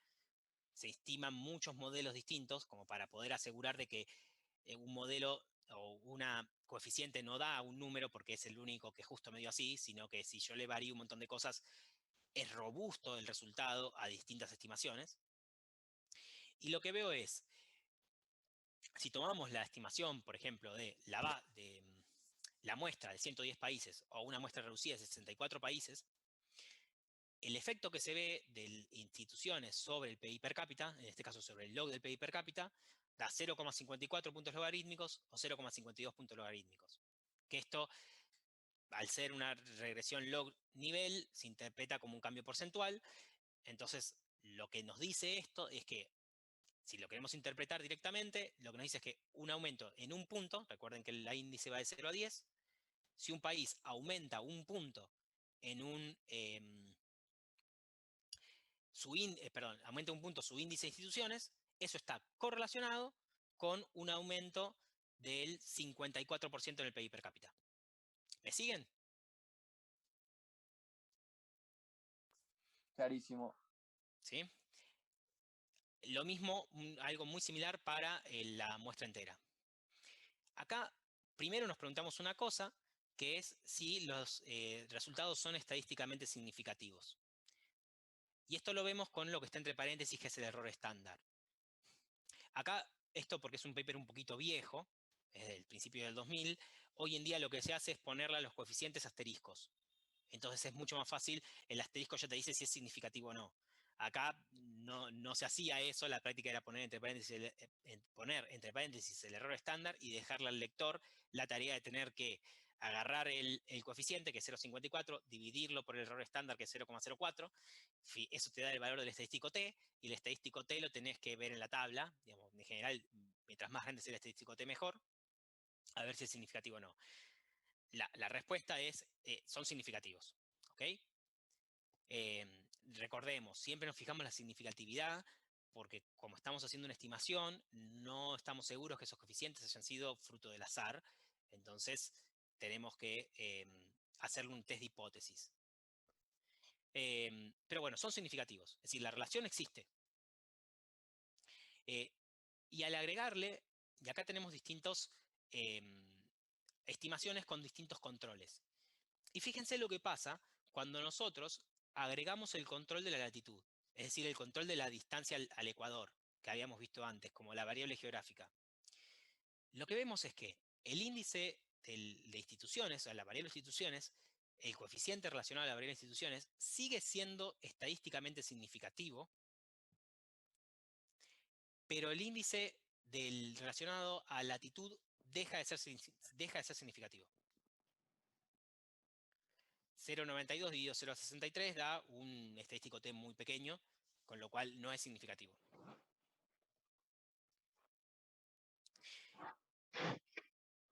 Ahí, Julián, ¿querés decir algo? Ahí. No, me desmuteé sin querer. No hay problema, no hay problema. Entonces, ¿qué es lo que los autores pueden concluir de acá? Es decir, fíjense que esto se evidencia en contra de la hipótesis de geografía. Porque si, fíjense que también agregan una dummy, que es una variable que toma valor 1 si el país es asiático y 0 si no lo es, 1 si el país es africano y 0 si no lo es. Estas dummies se incorporan como para querer medir también efectos diferenciales, es decir, de un país, como el efecto diferencial de ser africano o el efecto diferencial de ser asiático. Y fíjense que todas estas variables ninguna es significativa. Cuando incorporamos todos los controles, la única que sobrevive siendo significativa después de haber controlado por el resto es instituciones. Esto para los autores es evidencia en contra de la hipótesis de geografía. Ahora, bien, la relación es significativa. Es relevante, llamativo el hecho de que cuando incorporamos los controles, la única que sobrevive siendo llamativa y siendo significativa y en un montón de estimaciones distintas es la de instituciones. Pero ¿podemos considerar esto como evidencia causal? ¿Podemos considerar entonces que lo que estamos estimando con ese 0,41, 0,54 es el efecto causal de las instituciones sobre el PBI? ¿Podemos hablar de causalidad? ¿Qué les parece a ustedes?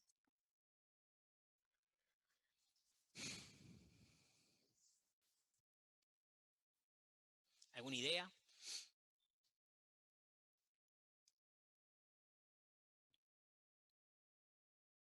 ¿Están ahí? Intuitivamente, ¿les parece que sí? ¿Les parece que no?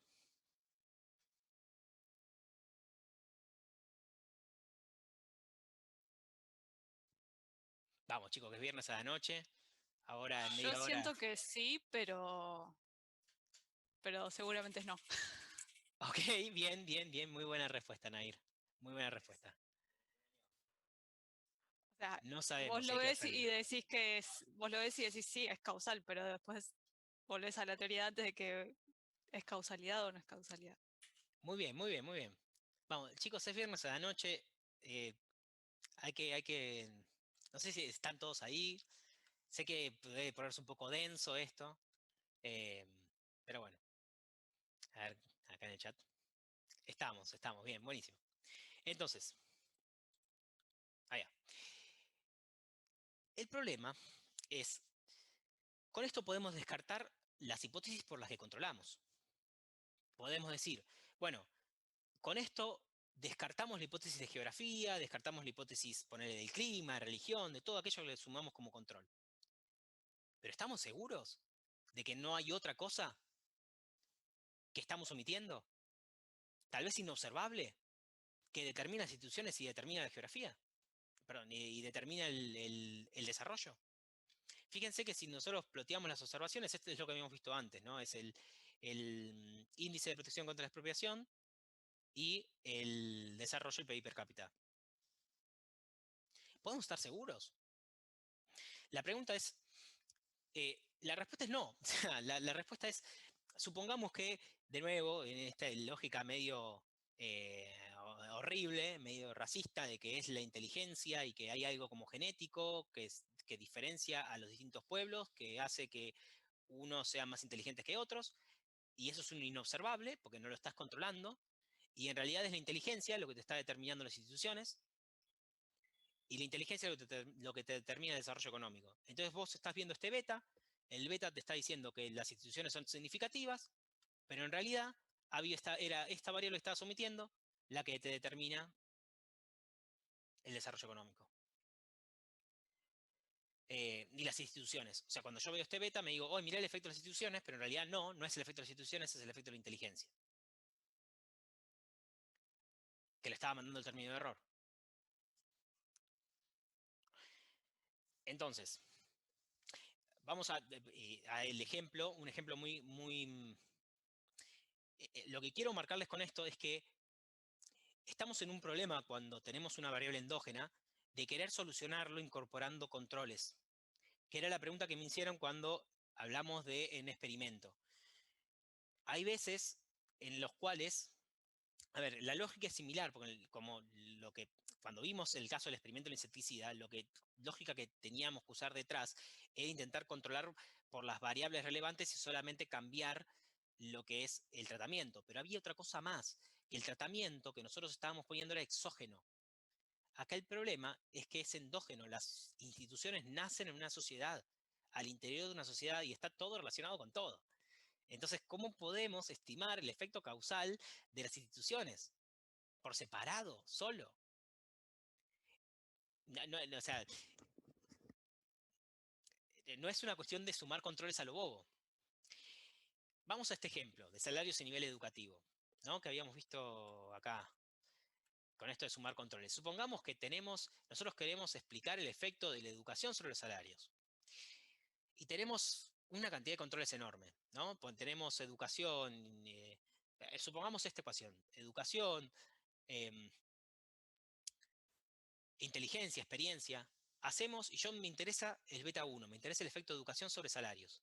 Les pregunto a ustedes, ¿por qué les parece que el beta 1 que saquemos podría estar sesgado? ¿Por qué podría ser? ¿Qué podríamos estar omitiendo, por ejemplo? ¿Estamos explicando salario? Capaz el sexo. Puede ser, pero el argumento tendría que ser que el sexo determina que está correlacionado con la educación. Recordemos La clase social sería. ¿Cómo, Julián? La clase social del individuo. Por ejemplo, acá un ejemplo bien sencillo para entender el argumento, cómo se hace. El de variables omitidas. Supongamos que los años de educación de los padres, ¿no? Supongamos que los años de educación de los padres es muy relevante sobre la educación que tenga una persona. Porque tener padres más educados te incentiva a tener más educación vos, ¿no? Por presión familiar, lo que quieras. Y a su vez, mayor educación de los padres también está correlacionado con mayor salario, porque indica que pertenecen a una mejor clase social, o una clase social más alta, y tiene más conexiones, y tal vez te consiguen trabajo, o lo que sea. Entonces, cuando yo saque este beta, incluso aunque le sume estos controles, voy a tener el problema de que al omitir año de educación de los padres, años de educación de los padres me va a estar influyendo sobre educación, y cuando yo estime este efecto causal de beta 1, voy a estar también, de alguna forma, contrabandeando ese efecto de los años de los padres, de los años de educación de los padres. Pero De nuevo, supongamos ahora que tengo todos los controles, que tengo esos datos también, y los sumo, y sumo más controles, y más controles, y más controles, que tengo una base de datos riquísima. Aún así, no puedo determinar, estar seguro, que no hay un observable que que por el cual no estoy controlando. Hay un ejemplo que daba Rossi, que creo que no está más en la UBA, que es bastante interesante. Supongamos, de nuevo, en el marco de este modelo, ¿no?, de salarios y educación, supongamos que tengo ahora a 2 hermanos gemelos, ¿no? Y que tengo toda una base de hermanos gemelos, que unos fueron a la universidad y otros no. Entonces, en todo lo relevante fueron iguales. Supongamos que hasta la secundaria sacaron un promedio similar, los test de IQ les dieron igual,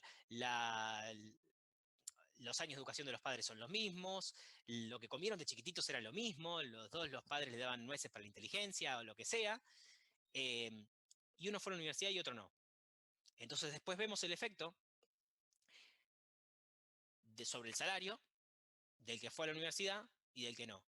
Lo que nosotros podríamos suponer detrás es que lo único que varía entre los dos, hermanos gemelos, es que uno fue a la universidad y el otro no.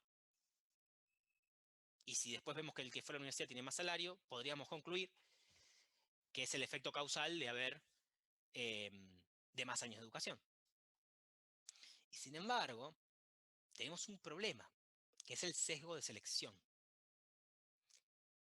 que no es exógeno la elección de ir a la universidad, de la misma forma que no es exógena la elección de las instituciones. ¿Qué significa? Si estos 2 hermanos gemelos, uno decidió ir a la universidad, eligió ir a la universidad y el otro no, entonces no eran tan iguales, no eran tan idénticos. Hay algo muy diferente entre los dos que los hizo tomar una decisión de vida tan diferente como elegir una carrera universitaria o no.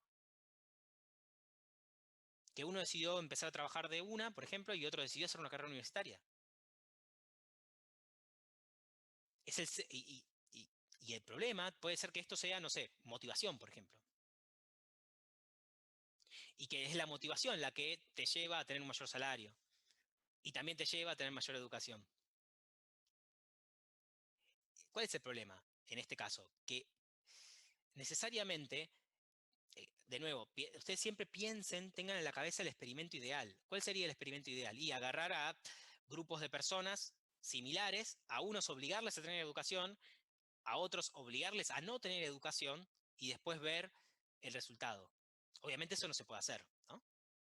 Por eso es que por más controles que le queramos poner a este modelo que tan clásicamente se busca, el de salarios y educación, no vamos a poder estimar el efecto causal correcto, porque siempre va a poder estar el argumento de que hay inobservables que estamos dejando fuera. Bueno, hasta ahora bastante lapidario, ¿no? Esto fue como que toda la introducción negativa para decir, che, no podemos identificar este efecto, ¿cómo hacemos? Parece imposible, salvo que encontremos experimentos naturales como el de Corea por todos lados, parece muy difícil poder hablar de un efecto causal. Bueno, acá es como el puntapié para arrancar otra clase. Y ver toda una serie de papers donde ellos cómo es que argumentan esto.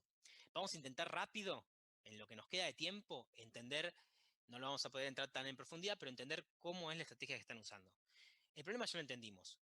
Bueno, ¿se entendió el problema? Mejor les pregunto a ustedes. Eso se llama el problema de la endogeneidad. ¿Cómo querer encontrar el efecto? ¿Sí? Es cómo querer encontrar el efecto causal de una variable que es endógena. Este es el problema. Y vamos a ver la estrategia que dan los autores en este paper, que es de variables instrumentales. Primero les explico rápidamente la teoría, ¿no?, detrás. Su idea es la siguiente. Su idea es que los colonizadores, al momento de asentarse en las colonias, encontraron diferentes mortalidades, según dónde se asentaban. Más cerca del Ecuador tenían mayor mortalidad, más que nada por esta incidencia de fiebre amarilla y malaria. Entonces, esto determinaba en qué cantidad se asentaban o no. en los que había una mortalidad muy alta, fueron muy pocos los colonizadores que fueron.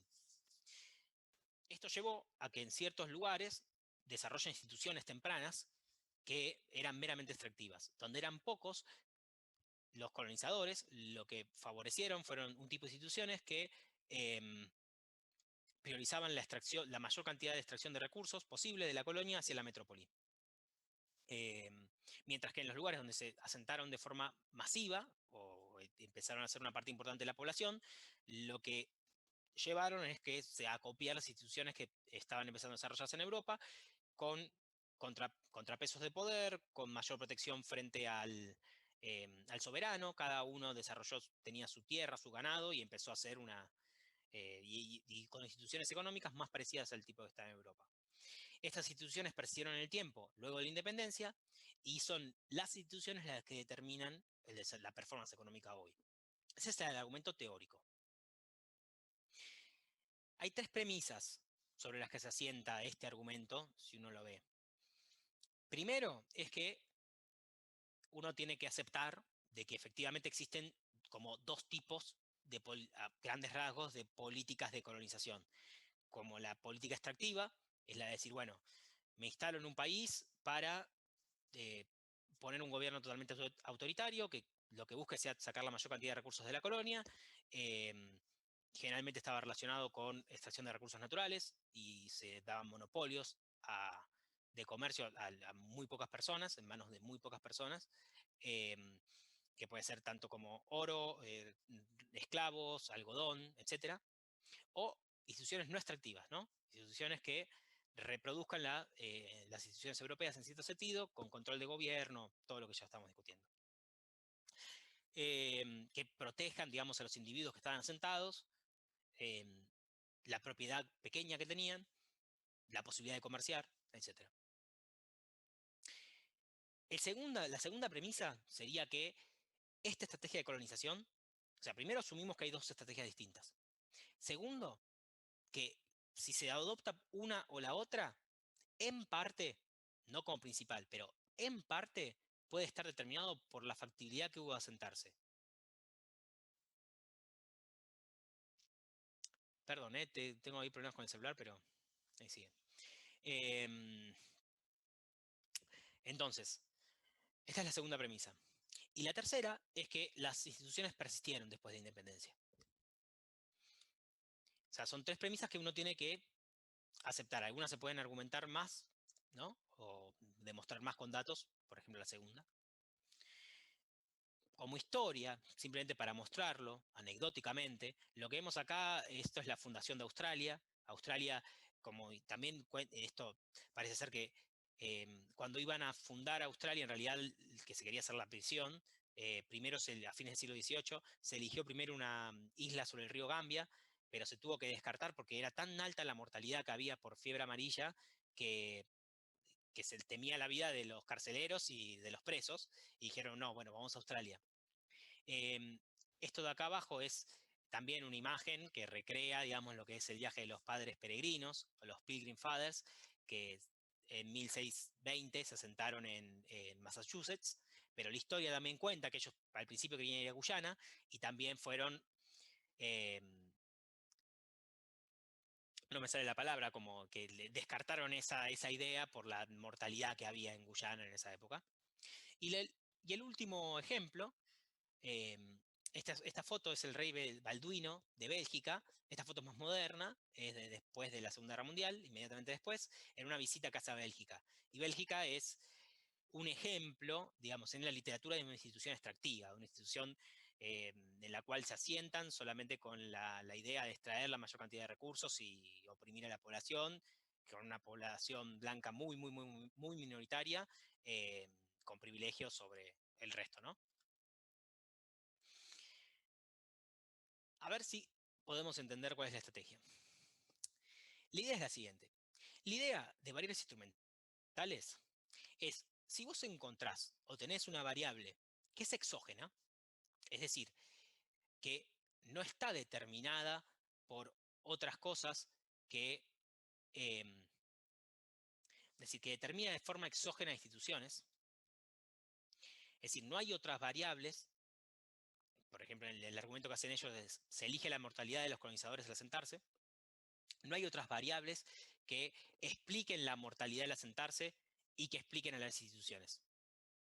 La mortalidad al asentarse es exógena, dependía de los mosquitos que había, era algo exógeno que estaba que sucedía en ese momento. Eso determinaba las instituciones que se implantaban. Como vimos, las determinaba no de forma unívoca, era uno de los factores que determinan las instituciones. Y las instituciones son las que determinan hoy el PIB per cápita. Para poder desarrollar esta estrategia de variables instrumentales, la idea que se tiene detrás es utilizar la variabilidad exógena que sale de la variable instrumental, que es exógena, de la mortalidad de los asentadores, para explicar instituciones y usar la parte de instituciones que está explicada de forma exógena para después regresar con tu PIB per cápita.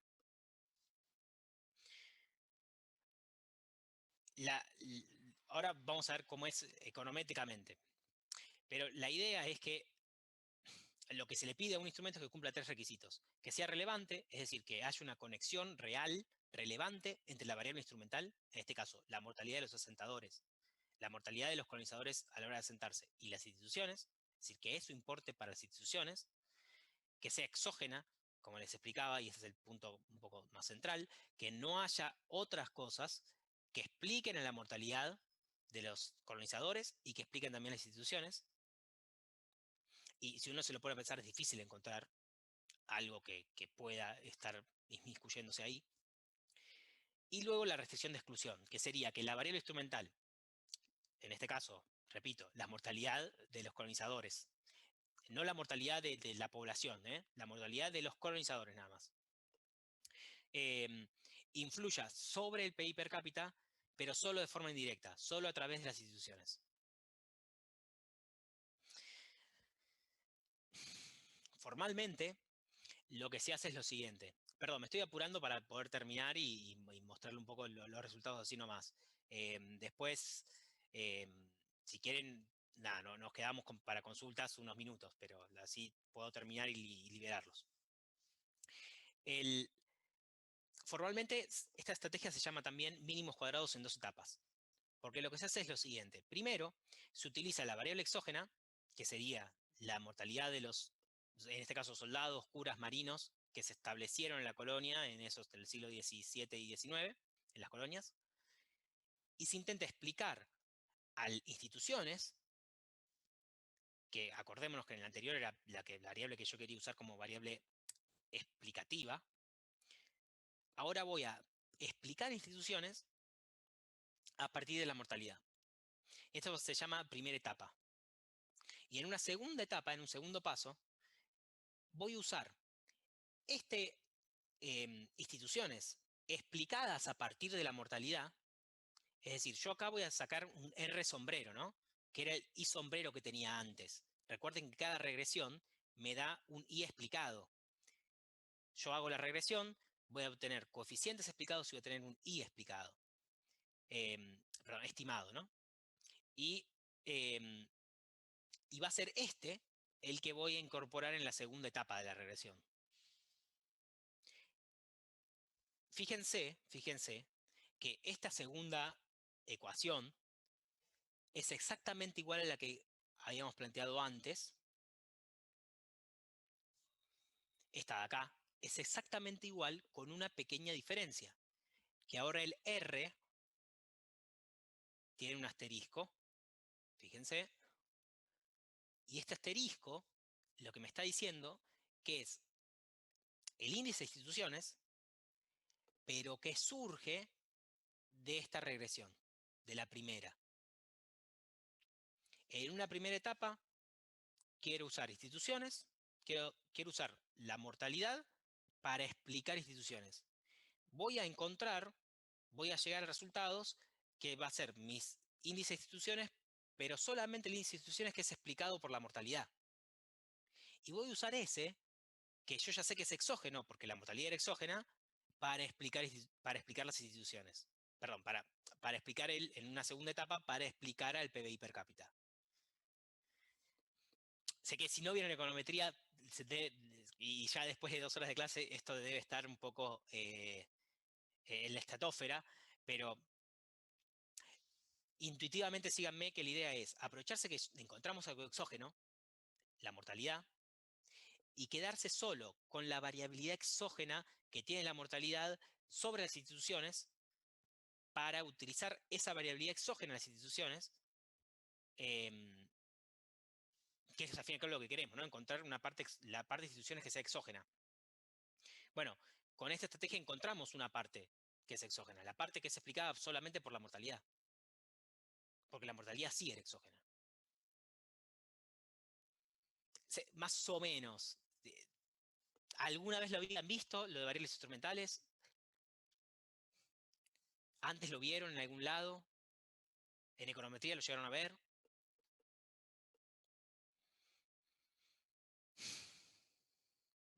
No, la verdad que no lo vi o no me lo acordaba, ¿Entiende pero sí algo? di econometría, entonces nada, son 2 modelos y uno se desprende del otro, lo entiendo, digamos. Intuitivamente al menos se entiende la estrategia que están siguiendo. Sí, sí, Sí, se sí, entiende. Sí, se ¿Sí? entiende. Yo tampoco vi econometría, pero se entiende. Bien, vamos. Entonces,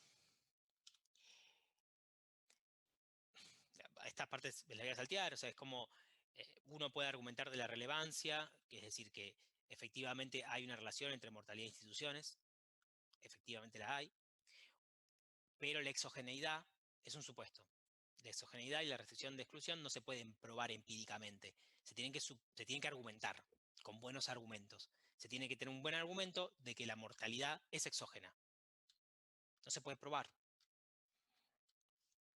Un posible contraargumento contra la mortalidad sería que ponerle que hay.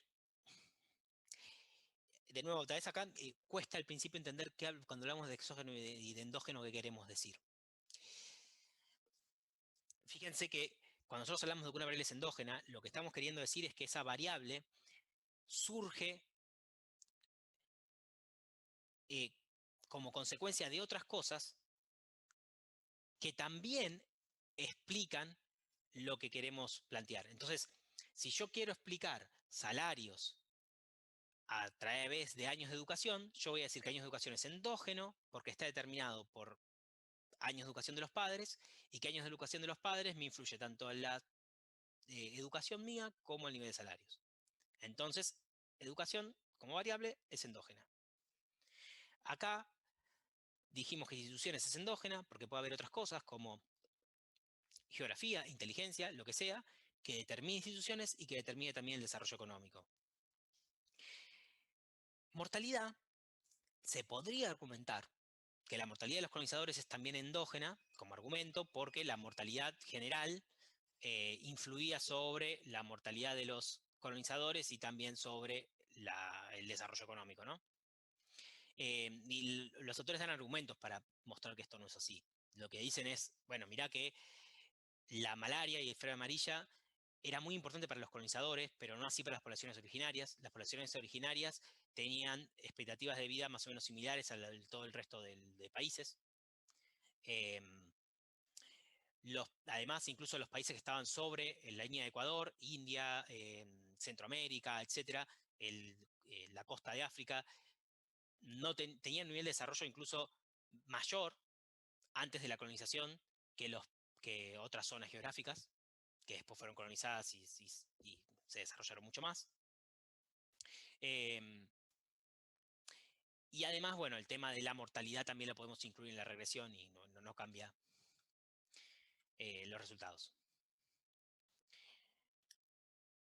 Bueno, eso ya lo vimos, es lo de persistencia, que es otro de los argumentos que tienen que hacer, que las instituciones persistieron después de la independencia y persistieron porque, de nuevo, las élites, esto ya lo vimos, así que bueno, no voy a entrar demasiado en detalles. Vamos a los resultados, así ya terminamos. No se asusten, va a haber 2 paneles. Hay 2 paneles porque, como les decía, es en 2 etapas, ¿no? Y IB es variables instrumentales, que es la estrategia. Y lo compara. En el panel A es la segunda etapa, es lo que importa. El panel B es la primera etapa. Recordemos, en una primera etapa regresamos a la mortalidad para explicar instituciones. En una segunda etapa, agarramos estas instituciones así recicladas de la primera regresión y lo usamos para explicar el desarrollo económico. ¿Cuáles son los resultados? Habiendo ya utilizado esta variable reciclada, digamos, esta variable que surge de la primera regresión, fíjense que ahora la diferencia es que sigue siendo significativo estadísticamente, pero es mucho más alto la magnitud del coeficiente. El coeficiente ahora es 0,94. Antes era 0, fíjense en la que es simplemente de mínimos cuadrados ordinarios, era 0,52. ¿Sí? Es casi el doble. Lo que se lee, de nuevo puesto en una regresión log nivel, como que un aumento de un punto en este índice de instituciones está relacionado con un aumento del 94% en el PIB per cápita. Lo cual además tiene más relación al comparar datos entre países, etc. Y fíjense que ahora, si nosotros vemos la variable de latitud, al incorporarla dentro de esta regresión, da para nada significativo, fíjense que el error estándar es altísimo. Estos resultados se mantienen con distintas estimaciones, ¿sí? Uso distintas estimaciones con distintos tamaños de muestra y fíjense que, de nuevo, acá lo que hace el autor en cada columna, los autores es estimar diciendo, bueno, saco a los países africanos y ahora saco a los países, no sé, Nueva Zelanda, Australia, etc.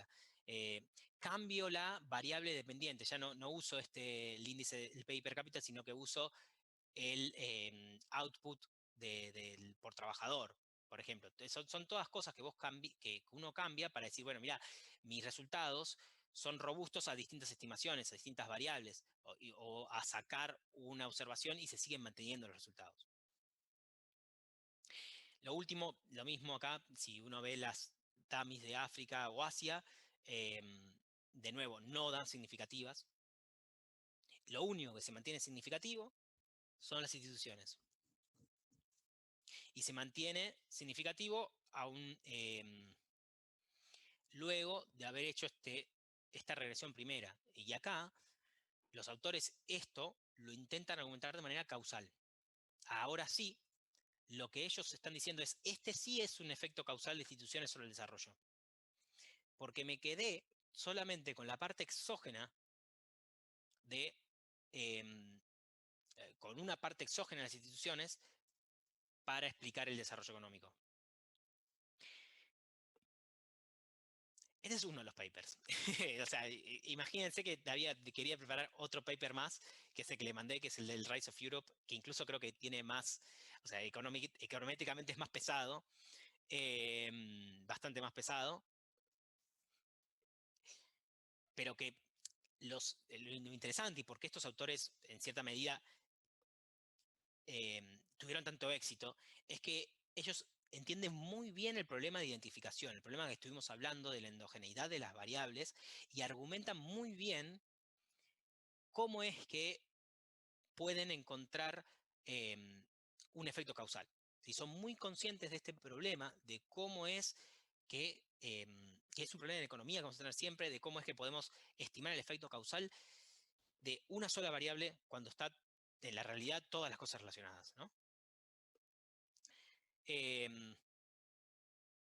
Bueno, les dejo a ustedes, no sé, que si tienen alguna consulta, ya llegamos, estamos en horario.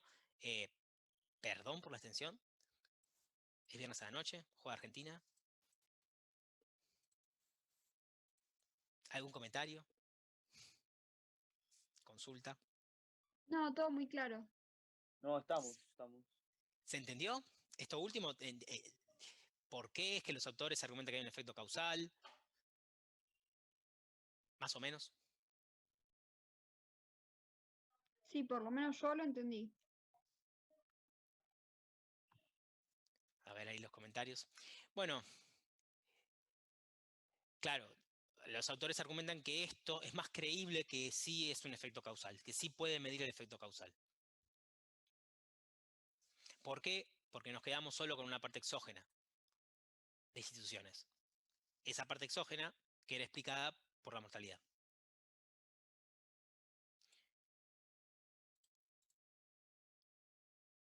Sí, tengo que mandar el PDF. Bueno, ¿alguna cosa más? Si no... Bueno, a los que sobrevivieron hasta acá, gracias por la atención.